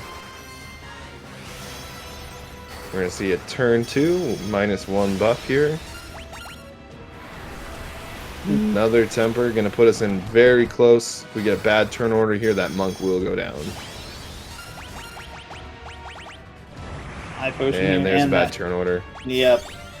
Oh, the Black Mage survives though. Very. And we just start seeing the Black Mage cast spells here. Yep. So almost memeing at this point. We're not gonna be able to do pretty much anything. Same occurrence on Chaos with those mages. That monk goes down. Saving time would actually be to defend in this scenario. Anything else is going to take up at least a second to cast a spell, to flee. Defend would be our fastest strat. But here we're seeing where HP is, it's a suggestion to Tiamat. 1 HP. Yep. However, with the Tiamat fight, though, if your monk does go down, but your monk has gotten a decent bit of damage in there, you can also just start slinging spells with your mages in hopes of just taking Tiamat down within the next couple of turns. Is definitely not a bad idea. I have heard of that when I was walled at Tiamat during the hype race. You know, taking the monk, putting in the floor slot, buying that extra Giant's Tonic, shoving high potions down its throat with the Black Mage. You know, all kind of these other strats, or if your monk does a decent amount of damage, just starting to sling spells with the Black Mage, so hopefully, you know, monk doing enough damage to make it worth casting those spells. But Tiamat going down second try here, definitely not bad. With Definitely how not bad. A little worrying seeing the YOLO strat there. No high potions thrown, but it's something you can do. It can get you through if you get those physical attacks like we saw here on Hab's screen. Yep, and that cardboard cutout of the warrior putting in work as well. So Yep, Ferris Bueller back in bed before Mom gets home. We're seeing now in a spot to actually be a contributing factor to his team.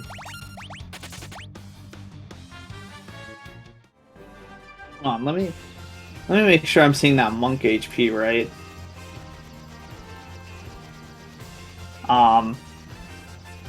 I thought I saw 460, but I feel like that's way too high for the monk at this point. I think he's in the 300s still. I think so. It is a little pixelated. 333? Yeah, that looks like 333. 460 was the fighter. Okay.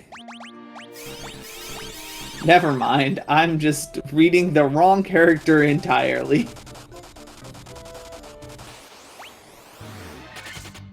But we see Hab going into Marilith fight and just pressing that flee button. There is no reason to take any encounter in Mount Gulag. Yep, HP is where it needs to be. All these encounters going to have significantly less experience than what we were able to easily get in Sea Shrine. Or in Flying Fortress for that matter. So not needed. Fire Tiles not going to give us encounters. Very quick split here with just the fleas, and carry 1 being very squishy. Should go down pretty easily here for Hab. Yeah, so we'll see him entering Chaos Shrine soon. And believe it or not, Hab, his time is now not is slower than world record. Just to give you a little bit of a reference for world record time, not even into Temple of Fiends, which is usually about 15 minutes if you're going really fast. Still has 15 minutes, at least more to go here after the carry fight. But world record has already come and gone for reference for all of you in chat. Yeah, Shigeru bringing down that time to absolutely insane levels. Yep, Shigeru as well as Thunderclaw. Thunderclaw did put in a good bit of work the world record went back and forth. Some days within hours, they changed hands of that world record time. But yeah, Shigeru and Thundercloud putting in a lot of work to get this time down below that 152 mark, which stood in the 150s for quite a long time. This is Picture Remaster did recently come out, but considering the age of it, the amount of time it did stick in for Thundercloud up there as world record holder was eons in comparison. Yeah. And carry one down here, an easy fight. Now being able to move into Temple of Fiends. Was talking about that 1:15 Temple of Fiends time. You can get a time faster than that. So Hab has a decent chance here to sub 2. Yeah, if everything goes well, he could join the sub 2 club.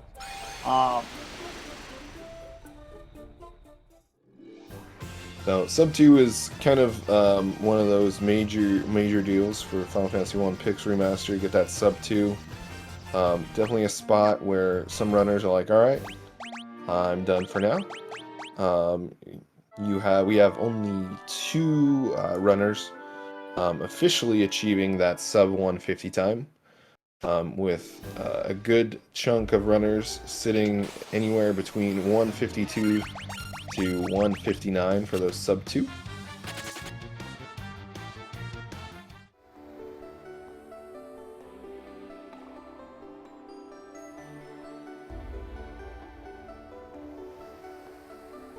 And you're in that sub 2 club there, buddy.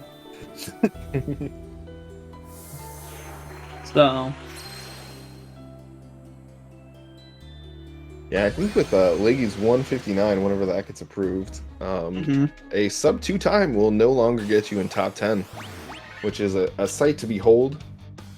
I think eventually here we're going to get to a sub 150 maybe in the next year. There's a lot of new runners with this tournament that you might need to be sub 150 or sub 155 to get in that tops 10 slot on the leaderboards. yeah, I know Hob has very recently joined the community. I've been running this for a couple months along with FF Steve. I think both of us kind of joined at the same time here.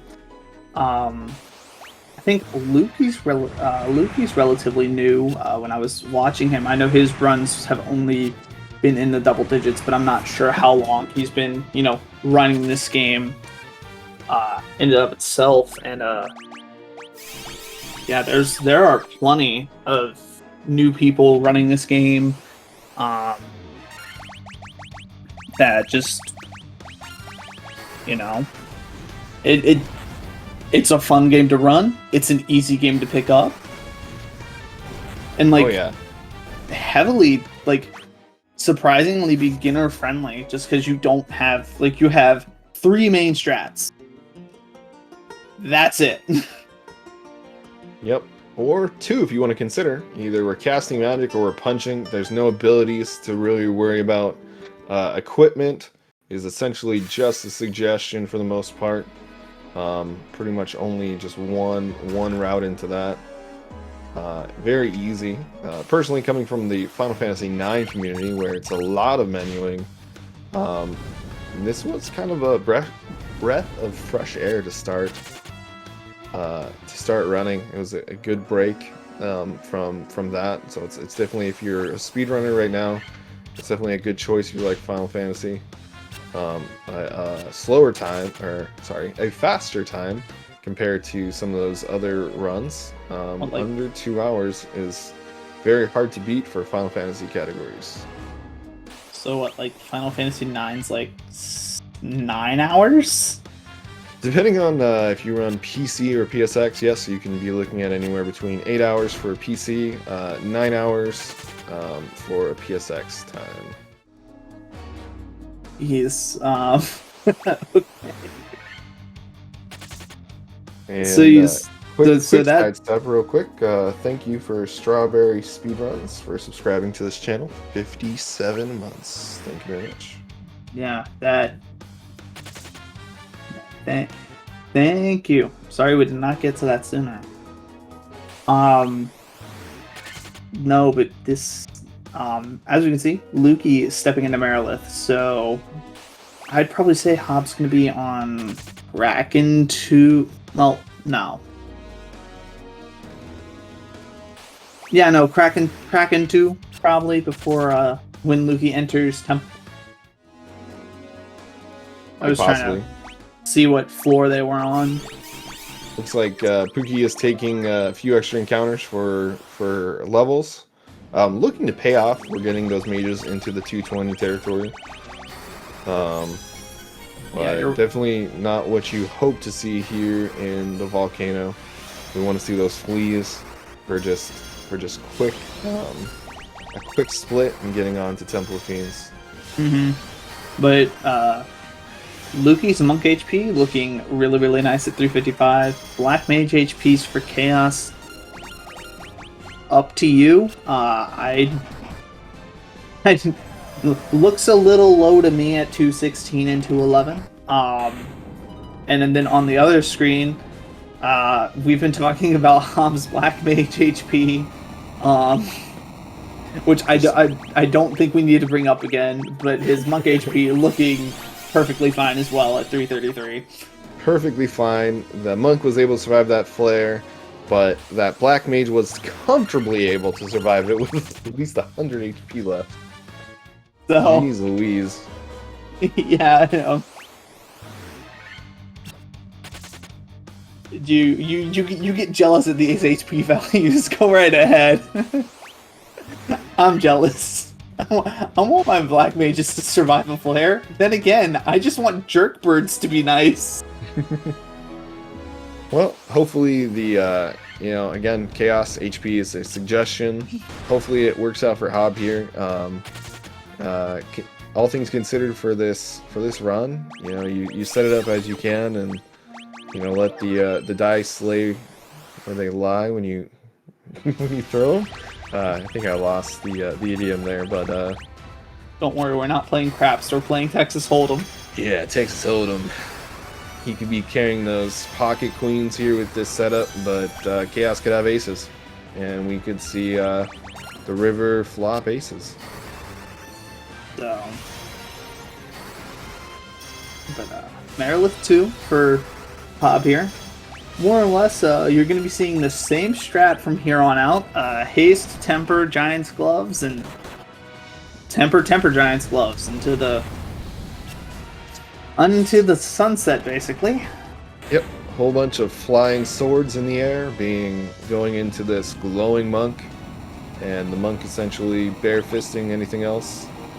Yep, and we kind of see Merilith 2 disappear from Hob's screen and go straight onto Lukey's screen, so I guess decided to dimensionally transport dimensions here. Well, considering that Final Fantasy 1 is all about teleporting through time, I think it's very appropriate. Fair enough. Onto that Kraken floor, so looking like my estimate might be correct here, unless Kraken 2 is, ends up being very, very nice, in which case that's Tiamat 2 for Hob here. Well, we're seeing an 8-pack here, depending on how many turns it takes to flee. We could see, usually I see after 3 turns you usually get a flee off. So with 8 enemies, we could see 24 separate attacks. So this sea level definitely holding a lot of characters. It is one of the longest floors. I would say it is the longest floor, if not the floor of Lich. So, you're gonna run into a few encounters here. Lukey taking the shop at Cornelia here just to stock up on some last few items in order to make sure that he's comfortably prepared for whatever Temple of Fiends can bring him. Yep. Last chance to pick up those items. There's nothing you can do once you get in. You'll have to go all the way back if you get to Chaos and have 1 HP on everybody and no high potions. There is an item you can pick up, or have picked up, but other than that, you're set with what you got. You have to leave and come back if you run out of Phoenix Downs for that monk. So taking the time to make that extra shop if you're a little bit short is worth the 10 to 20 minutes of having to come all the way back out for Phoenix Down. Yeah, you don't want to run out of Phoenix Downs down here. It can be absolutely brutal. And we see Lukey kind of taking a couple of extra encounters here in Chaos Shrine, being another high XP location. Can take a couple of spells to take him out though. But he probably wants to get that HP on those black mages, and Kraken 2 goes down for Hop.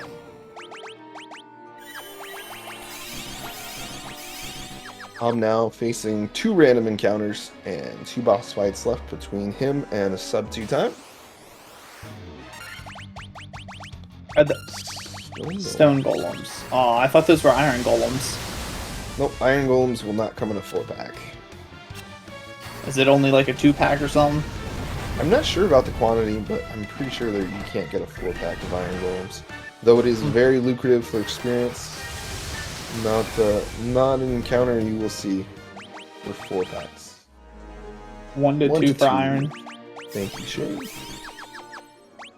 Almost like Shanezel's really good at running this game and knows almost everything. So for speedruns, you usually see some. You usually call them the scientists, or the people who usually are the ones to create the routes. The ones that know the game inside and out, and Shanezel is definitely one of those people. Very in-depth knowledge on the game as a whole and its different versions. That's definitely, although I would consider yourself to be very knowledgeable as well. Not significantly as technical as Shane, I will be willing to admit. Definitely. Yeah.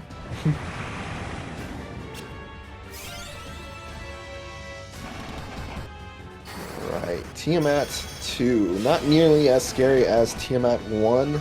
Usually an easier fight. Takes a little bit longer than the other fiends, as usually would take at least 3 hits from the monk. Yeah. Going down here. Tiamat 2 has more HP, but definitely doesn't gain any new moves.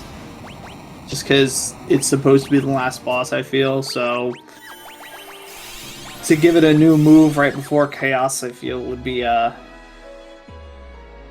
little weird, as you know, it hasn't been that long. But who knows? Weirder things have happened. Last random encounter here for Hub. Looking to not go for that victory lap this time. Very bad luck. I'm just joking. I don't know, maybe he wants a sub 2. He's looking at it. It's right there in front of him. He wants to. He's looking at it. Doesn't want to get caught in an encounter. Wants that extra time for Chaos.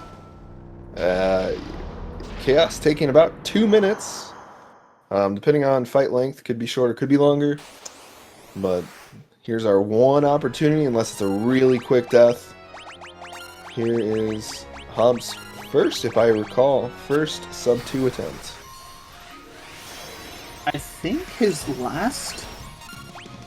Was it his last run that was, like, could have been sub 2? 2 very good starters, both missed hits on that warrior. We get off the Giant's Tonic to buff to max HP. We're able to get off that haste.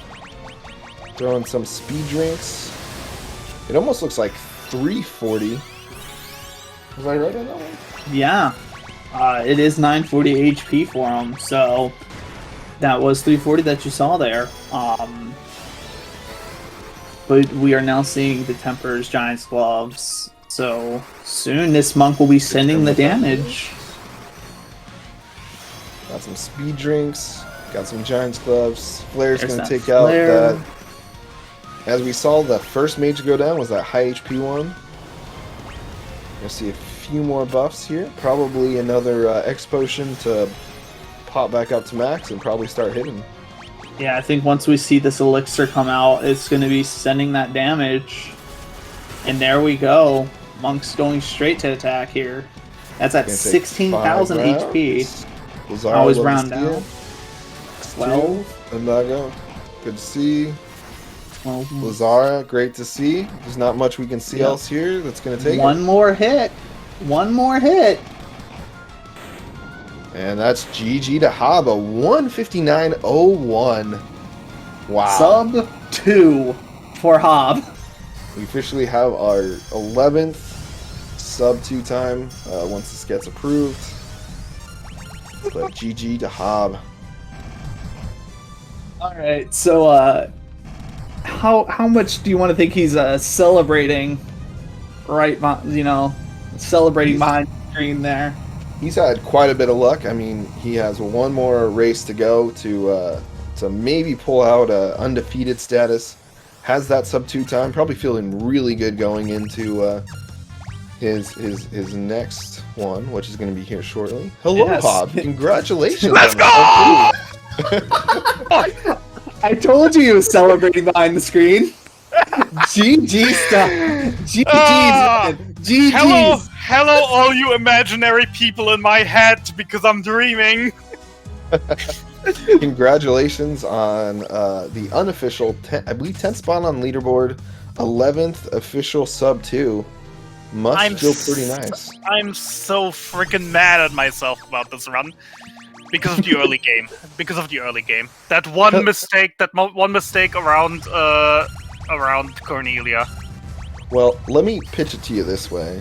Being a game that's totally RNG based, if you didn't have that early game, there's a possibility those mages could be seeing a lot lower HP growth. Oh, that for sure was something that I was like, what the heck was going on? Nah, but I mean, like, one particular thing, because in Cornelia, I forgot to sell my mithril gear. Therefore, it was very short on money, only was able to afford like 10 ethers. And that's why I did a detour after visiting the dwarves, went back to Cornelia to stock up on ethers. And then only noticed in Melmont what my mistake was, and that cost me like 1.5 minutes. Yeah, but like, if you watch this back, Cadden and I are sitting over here just constantly talking about your black mage HP. Like, that was the... I have no idea what was going on here. But yeah, that is just wow. I mean, 5-minute PB is definitely something already. Those black mage HP was something already. The entire run was just way too good to be true, and I tell ya, I'm dreaming, and I have to admit, again, respect to all the runners, but I'm mad this run happened here against Pookie instead of a little bit later against Riku, because Riku is the one opponent in my group that I still fear that will ruin my win streak here. I mean, I would like to... go ahead, Captain. Sorry, guys. I'm going to shift back to Pookie here since Pookie's finishing up. I do want to point out that despite here not being able to take out the win, Pookie was able to pull out a Mal Iris kill without the monk being alive, which you don't see a lot, but really cool, very, very nice technically being able to see that fight survive the death of the monk. Yeah. But, no, I was... Hab, you're sitting at 5-0 right now. I think going 5-1, just where you are right now, I think that's okay. I think you're okay. Oh, for sure. But, on the other hand, I'm like, I want this now. I mean, if you weren't the favorite to, win the tournament here, I think, like, you've slowly become the favorite overall. If I were, looking back on that day where you just decided to do 3 races back to back, you've definitely gained, I have a feeling you might have some fans. The sad thing for me is I know the victory streak won't mean anything because here in Group A, most of us are around the same experience, around the same pace. In Group B, all the big ones are, and as soon as we mix those groups together and I go against the likes of Thunderclot, I will lose immediately and will be out immediately unless Chaos pulls some insane shit again. Look, and cracking down on Pookie's screen here, pointing out he is still on PB pace, so we could see a double PB here, all things considered. That would be amazing to see as well. A double PB in a race, that would go ahead. We've seen, plenty of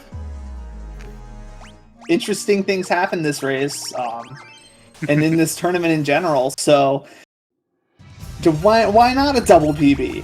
Why not? But yeah, for the community, I'm already saying that I'm retiring after this tournament. I'm moving on to Final Fantasy 3. My goal was a sub to 5 at some point. Now I'm sitting at sub 2. I'm done here. Okay.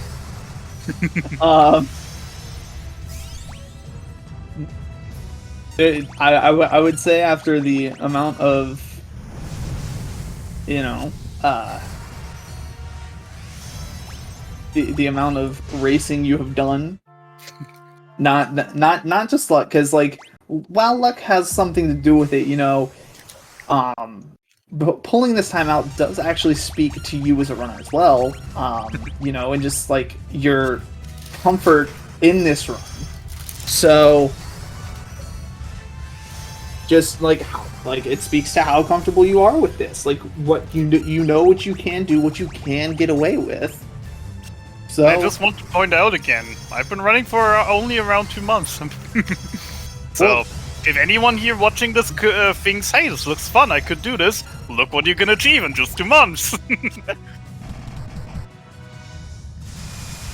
Most definitely. And, Captain and I were talking about, there have been plenty of runners that have taken up this game, so... Alright, came at 2 down on Pookie's screen. One more encounter, and we're on to Chaos for him as well. Bringing it back, so... Let's go. Can we see the double first try Chaos, though? Oh wait, no, it wasn't the first try for me. Wasn't that the second try? No, wait, the flare didn't... The flare was on Leech, not on Chaos. No, it was the first try. Can we see the double first try Chaos? Speak it, or else it doesn't come into existence. Well, you're the one who started with the double PB. I wasn't. That was Captain. Okay, my mistake then. Look, I was talking about birds spawning originally, okay? And you just have to get, first encounter, 4-pack of birds. Monk getting petrified first, and then the warrior. No black mages. The best turn 1 we could see for Chaos, though, the Kiraja. Getting that low chance for that to happen out of the way quickly. Look, please note that he can Kiraj more than once. So yeah, it's a 3% chance to happen. It's also a 3% chance to cast Death on Astos, but I've seen that cast 3 times. So both of the mages going down for Lukey here. So gonna take a couple of more times to get set up with this Giant's Glove. I would probably say 5 to 7.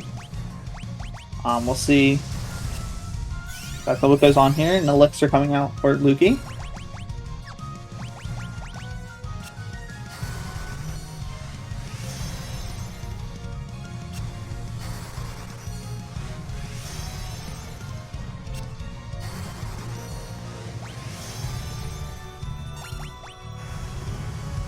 and he's now sending out his damage as well. And we'll see what it hits at 3,000. That's at 17k there. It's now 13k. I always like rounding down damages. That's 10k. Use a restore. Nice. Definitely, definitely safe to do as you're below. Once you're like around 500, since Chaos and Haste, he does hit for 4. But yep. I think at this point there's nothing Chaos can really do here. As for another first try Chaos. Yep, I believe that's a PB by about 14 seconds. Alright. Very nice. So I think that is the double PB though. Which, hey, look at that. You know, we've got like multiple PBs on multiple different races, and now we have a double PB on this race. We have the sub 2 We've had 2 sub 2 PBs. Hello, Pookie. GG's to you, Lukey. GG, and congrats on your PB by 14 seconds. Just about 14 seconds. Yeah, pretty proud of that. Pretty proud of that. Wasn't enough to beat it, all right? Hab played his fastest game, and I played my safest game. And turns out fast beat me. I mean, to be fair, the only thing that I did as a difference between fast and safe was getting some more fights between Flying Fortress and Chaos Shrine, because my monk was low, but I was like, screw it, I'm taking what I could get. I'm on 4-minute PB base. Yeah, I think my run went pretty well. I think that, you know, Astos and Lich were pretty mean to me. But otherwise, I feel pretty good about it. But it is, if I had to blame anything, I need to work on my pathing. Took too many extra fights from just taking wrong steps. I mean, even so, that was still an amazing run to watch. And I was super excited to see you pull off that first try Chaos. Yeah, especially with that monk health, or that black mage health. I was like, oh, this guy's gonna go down pretty quick. But he made it out. I gave him my hate too. What a fool! To give you a tale of two cities here, Hob getting basically one of his black mages getting good HP growth all the way up to 340 HP very early on. So Hob getting a lot more. There's definitely a tale of two cities on HP. Yeah, one had like 350-ish and the other had 280-ish. Very nuts. Yeah, Ken and I were just always going back to the Black Mage HP because we couldn't believe what, like how. I couldn't believe it myself. That's really hurtful because I was chucking potions constantly. I was thinking, you know, slow is smooth, smooth is fast. You know, every time they get hit, throw potions, and we'll just hope that Hob fucks something up, and he didn't do it. So, good for him, I guess. But that's fine. No, even so, like. The way that you adapted to your run through with that low Black Mage HP was absolutely crazy, and you still had an amazing run, even though you said that you had a difficult Astos and Lich. You know, you were still able to pull it through in a sub 210 as well. Yeah, I'm proud of the run. There's a lot to improve, but I think pathing is the next big step. I think mechanically, we're doing pretty well. But if I want to beat people like Hab, gonna need to do a little better.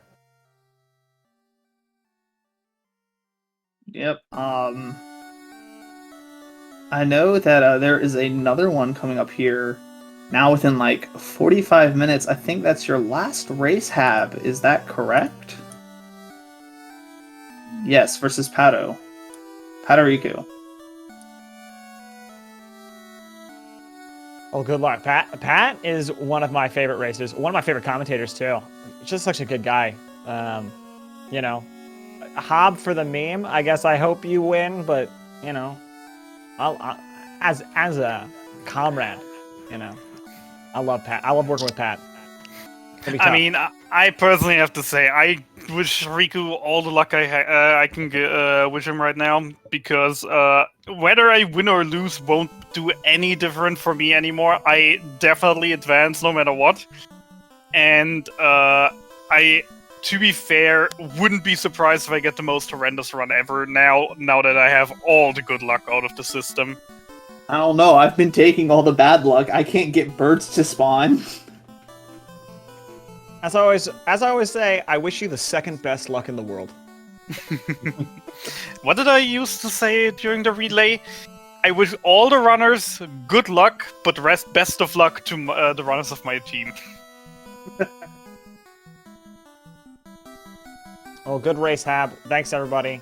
Thanks for commentating, Captain and Roku. I look forward to watching it back. Seeing all the terrible things you said about me. Honestly, the links, chat, they're the runners and the amazing commentators. Commentary link isn't updated.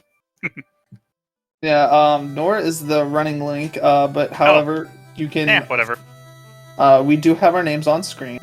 Yep. If you want to follow any of the runners, twitch.tv/HabKeineName. I think I said that correctly. If I butchered that, I'm sorry, Hab.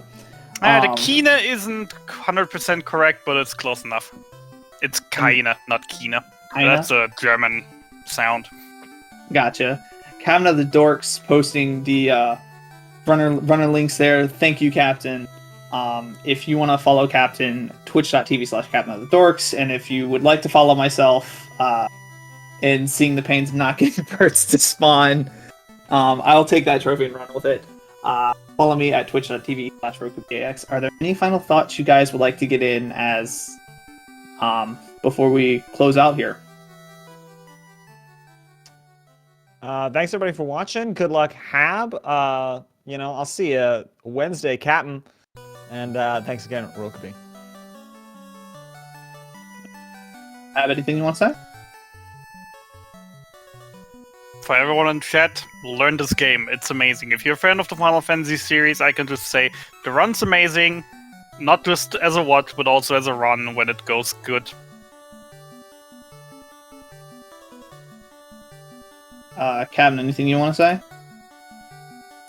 Just GG runners. I'd like to point out here that we do have this next race. It's going to be moving over to SpeedGaming 3. I'm not sure we're going to get the raid into that channel, but it will be moving over there. It's going to be between Hab and Patariku. I mean, we still have 40 minutes, so...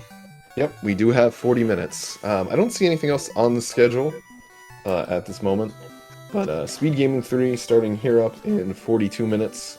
You will see the Ultimate Champion Hab for Group A, or just the demise down into that 5-1 status.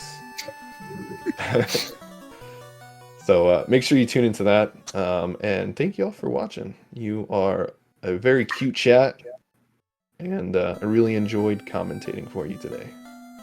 I enjoyed the commentary as well, and huge shout outs to our runners as they both put up a fantastic race today. I heavily respect everybody in this chat, and I cannot say that enough about kind of everybody in the community as well, and how much I respect them. It's just really nice to see this community be very helpful and very welcoming to all the new runners as well. But I think with that, we will head off. Hab, go set up for your next race. See if you can pull out that 6-0.